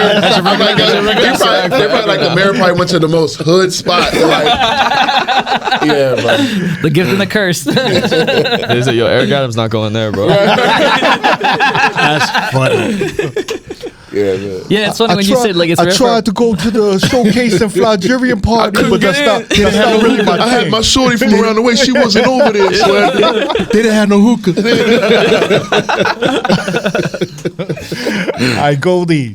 All right, Goldie. Favorite moment of 2025. Favorite moment is a split. I participated and started with a group brand called the Block Association and Marlon Rice, where we did this thing called Stoop Set, and it's starting to build legs after 3 years. We've had some amazing people come through and perform. It's amazing. Like a summer block party. It's like a summer block party, but now it's expanded to about 6 or 7 blocks now. So now it's like it's lit. So it's y'all like viral, man. It's like y'all DJing in front of like the brownstone steps. Yeah, right? yeah. So it's in the middle of Brooklyn in Bed-Stuy, and that could be dicey because you have all different types of people there, and we don't have a lot of police presence because it is so community based, and it's so much love there, and I'm really proud of that. It's beautiful. Yeah. I gotta come through, man. I live over there. Yeah. The other big moment was Elijah from Late Development. He put together this interactive party interview type of thing. Like a storyteller's. And we get to pick the brain of the great Jimmy Jam. Nice. Wow. So, that's a crazy highlight. He's a hero of mine. And he's amazing, and he goes through the relationships that he had in the studio, the songs, and we have performances, we have sing-alongs, we have all types of things that make it interactive. And to learn so much about the history of what he put forth in the industry, 40, 50 years of hits, one of the biggest songwriters in the world. It's amazing. So we are doing that. We're taking that on the road. That's great. Yeah. That's amazing, bro. Yeah, it is. And you're actually because of that, you're doing one in January, right? Yeah, we're doing one on January 15 in City Winery in New York, and we're taking it on the road after that. So we're going to be in all the city wineries. That's dope. That's around what's the up. country. That's So sick. Shout out to Elijah. At Late Shout out to Development, Elijah, man. definitely. Elijah has been like supporting us at the podcast, Very and, much so. feeding us guests and like ideas, and he's always been supportive. Very, very, Yeah. very supportive. Yes. Yeah, yeah. definitely, So shout out to definitely. Elijah. Shout I out got to a lot of love for Elijah. Late Development. Yes. Yeah, Late Development. My favorite moment of this year was our last R&B Ribs in Vegas, where it Sorry. was like, Sorry. couldn't make it, Yeah, but sorry. it was like a road podcast takeover, had the whole lineup, and I think it's like it meant a lot to me because we haven't done a road podcast event since the Never Passed, and I think like subconsciously I've been holding back on like moving forward with certain things, like you just kind of don't want to partake in shit. And I feel like it was like an emotional night for me because I was like, oh shit, like we can kind of move on. I sometimes I felt like I was suppressing myself. Like I felt like I shouldn't be enjoying or indulging in life because So like survivor's remorse. A like little yeah, bit? like my best friend passed away. Nah, I dig it. And it was kind of like with this new generation of DJs like Jaslyn, Optic P Dot, Neek Lopez and Jamie. I feel like I don't want to say a father figure, but like an uncle where I'm protective of them. But then I also want to lay out like kind of a better future for them. And it's kind of like I'm starting to think about DJing differently. Kind of like, as you get to your 40s, like, do I want to be like that self-absorbed, self-indulgent DJ that only cares about being poppin', that's putting recap videos and that's always trying to be relevant on Instagram? Or do I want to be a little bit more behind the scenes and champion the next generation? And I just feel like as you get older, you have to think about the next generation. Totally. So when we did that event, it made me feel like, oh wait, like I have to, like this is amazing. These DJs are great, and I want to do more events. And how can I champion more DJs and like kind of, I've been in Vegas like almost 20 years now, and it's kind of like I look at it and I'm like, all right, like I'm a working DJ, but what have I done to the scene itself? And it's like, all right, now, like, maybe I should start bringing some great DJ parties and DJ curated parties to the city. And it's kind of like, why? Vegas is the epicenter of entertainment. It was like the epicenter of nightlife at one point in the 2010s. And I'm like, it's kind of, to me, it's kind of lost that a little bit. And it's almost like the open format scene has kind of dwindled down to like maybe 2 or 3 clubs in the city on the strip. And I'm just starting to think of like, there's all these out of work open format DJs. And I'm just like, why? Like, I have to, like, I'm traveling the world. I'm interviewing DJs. Why am I not bringing these parties and these DJs to the city? So, like, I'm really trying to think about how I could bring more DJ curated parties, like, you know, Club One Bedroom, you know, Showcase and Fly Jerry into fucking Vegas. Like, why can't we use our platform in a different way and showcase this next generation of open format DJs? And I think, you know, like, it made me think about the future a little bit more and how, like, we can start putting what we're talking about in the podcast to reality slowly. And if I fail, we fail. If it doesn't work, it doesn't work. But, like, fuck it. Like, let's give it a shot. Amen. Yeah. Never forever, man. Never forever. So we're going to end it on a I guess an emotional note, or I don't know how to say this. I want to look. I like looking back on the year and kind of humbling ourselves and seeing what was the most important lesson we learned of the year. So for 2025, Kazi, what's the most important lesson you learned? I think one of the biggest things for me as a DJ was on the business side, which was just recognizing that things like residencies or throwing certain type of party, allowing space to let things run their course and be fluid in where you feel you should be going as a DJ and as a performer. That was a big lesson for me. And part of that comes with me just DJing long enough now where I've seen the cycle of clubs opening and closing. And so once you see the turnover happen a couple times, it's like, okay, you really can't get attached to any specific space or any idea that you have of a party that you're building or what the home for that party or the community for it should be. And then the flip side of that is also allowing, because at other parties, I have a party that's called Melt Worldwide, and we've done a lot of different genres, a lot of different directions, and we kind of use it as an umbrella to throw different types of things instead of committing to one. And I think that the biggest thing I've learned over the last year or two is just that once you create it, similarly with releasing music, it's up to the audience and the community that you put it on for to sort of define it, and you have to let it grow into whatever they make it, because it is nothing without the people that pull up. So I think, like, I go into all these projects having a really specific idea of what I want them to be, and allowing myself to release that once we're at the party and just following the crowd and focusing on the experience for them has been a big adjustment. But it's made me just feel a lot more comfortable with trying new things and playing different spots and just being more fluid. That's great. Marco, most important lesson learned in 2025? Yeah, I got 3, but like the first one, and it sounds kind of like antithetical to DJing, but like, don't always chase crowd reactions.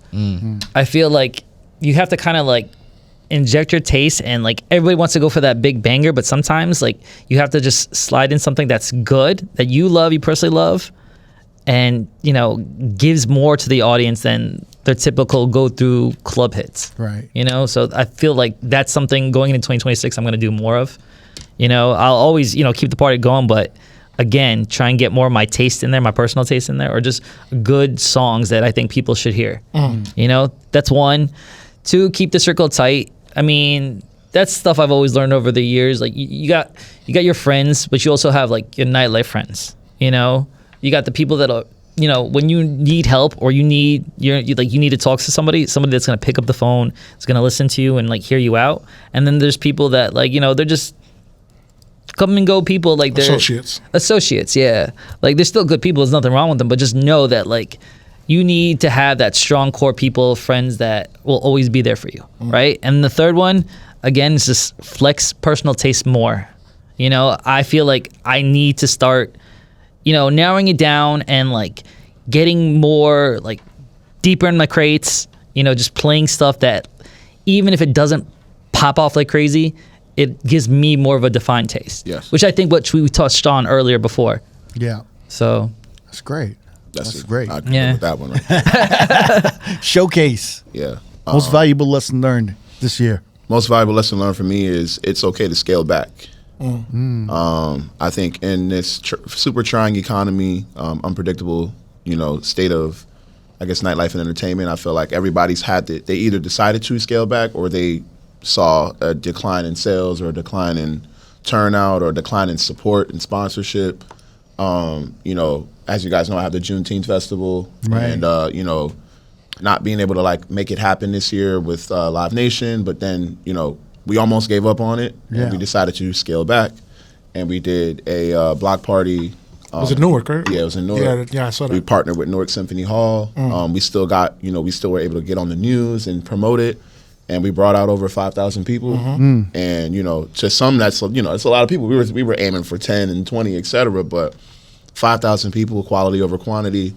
People had an amazing time, and keep the momentum going. And it was the first time in our history that we made profit. Right. You know what I'm saying? That was a big lesson for me because it was like you've had a year-to-year ordeal with this Juneteenth party. Yeah, and you kind of just figured it out this year. Yeah, right. That's great though. And now, looking forward, the vision is to pour into the city that I was born in. Yeah, it was kind of always the picture for me, but great. It just had to make sense. And now but you have to kind of accept that fact that it is okay to scale back, and it's okay to it may not be like this forever. But, for this year, maybe for next year, you just you do what makes sense for the brand if you want to keep the brand alive. Right. It's not even scaling back. It's doing what's right for you. Yeah. And, and the party you're doing. Yeah. I think the problem sometimes is Juneteenth. It's like you guys, it blew up so fast, so quick. And then everyone had a Juneteenth party. Yeah. And then there's like other Juneteenth parties that look bigger and grander. Yeah. And you're like, how could we compete with them and be more grander and bigger? And then sometimes you just have to be like, well, this is us. Yeah. Maybe we're the 500 person or 1,500 person Juneteenth party. Right. But that's us. Right. That's our party. And there's nothing wrong with that. Like, I feel like it's tough, man. And on social media, when you're comparing, something you're doing with something that someone else is doing. But I feel like what you guys did this year was like you guys, and 5,000 is insane in itself. You know what I'm saying? Like 5,000 is insane in itself. Yeah. And you guys own all of it, right? Yeah. That's the great part. Yeah, man. Shout out to Posh, man. Shout out to Posh for holding us down. Newark Symphony Hall, the city of Newark. I'm excited for what's to come with Juneteenth and the support we're gonna get moving forward. People are really happy about it. That's what really matters. We've been doing this for community the whole time. So, and my last piece of advice is just lock in on the journey, enjoy the journey. As DJs, we get so fixated on what's coming next, our next paycheck, the next gig, the next recap we have to post. Really, take it day by day, man. Enjoy the sets you play. Like you said, flexing that, get it in those crates. We download all this music and listen to all this music for what? Get in those crates and enjoy the relationships you build with DJs around you. Because a lot of times we miss out on family gatherings and other friends' things, and more times than not, we spend more time with DJs than we think we do, So just being able to pour in or start, try to build a legitimate community within the places that you work, and, use your discernment. There'll be fake people out there, but there are some really good people out there that do the same thing that we do. Amen. So. Exactly. Love it. Yeah. Goldie, what is your most valuable lesson learned this year? Time management. Ooh. Work smarter, not harder. Mm. And the big one is don't be afraid to offer your opinion. You know what I mean? More than likely, if you're being asked, or even sometimes you're not being asked, but if you're being included, use that as leverage to put that out there that you can, or you're willing to help or to advance the movement. So the lesson from that is, I want to put out music and I think I can do it. So now I'm just going to do it. Hell yeah. Nice. Goldie Records. I like it. Get it. Put it out there. Yeah. Nice. Definitely. All right. Well, I guess we're going to wrap it up, but my most valuable lesson learned is to not feel the need to take control over everything. I think there's a beauty in letting things play out on their own. Even when something's maybe going to make a left and turn out a little fucked up. I think it's never as fucked up as you think it's gonna be. Yeah. I think we're like, some of us are such perfectionists, or like we have to like control everything, and I think just letting things go, and like kind of just trusting the people I work with and letting them kind of do what they do, let them make the mistakes that they're gonna make, let them correct it, find a solution, and do it on their own without being like that overbearing, micromanaging like fucking parent that's like hanging over them and being like, yo, don't forget about this and this. Let's kind of let them do their thing and let things run their course, and let them kind of take accountability and take control over it, and kind of like respectfully guide them from afar. I'm starting to learn that way, and it's great to see my team from Colin, Jamie, Optic. Shout out, yo. P-Dot. Shout out to the team, yo. Yeah, I mean, Jaslyn, Neek, like all our fam, even our old fam with Alex, Heisey in Atlanta, just everyone just letting go and letting everyone do their thing, and just like having them, trust them. And it's been actually very fulfilling to see them all shine in some way. Yeah. But yo, Kazi. Shout out to the Sound Collective too. They've been very supportive. Yeah, okay. Well, Shout out Casa Burger. all right, so DJ City. what do you call it? Hey, Kazi, Marco Penta, Showcase, Goldfinger. Thank you so much for being a part of our 2025 wrap up here at the R.O.A.D podcast. Shout out to DJ City and Beat Source and Sound Collective. Guys, have a great holiday. Happy holidays. Happy New Year. I'll see you on 2026. Woo! 2025. Let's go. If you want to watch more episodes from R.O.A.D Podcast, click either links on the left or the right. Don't forget to subscribe to our YouTube page and get updated on new uploads throughout the week. Peace.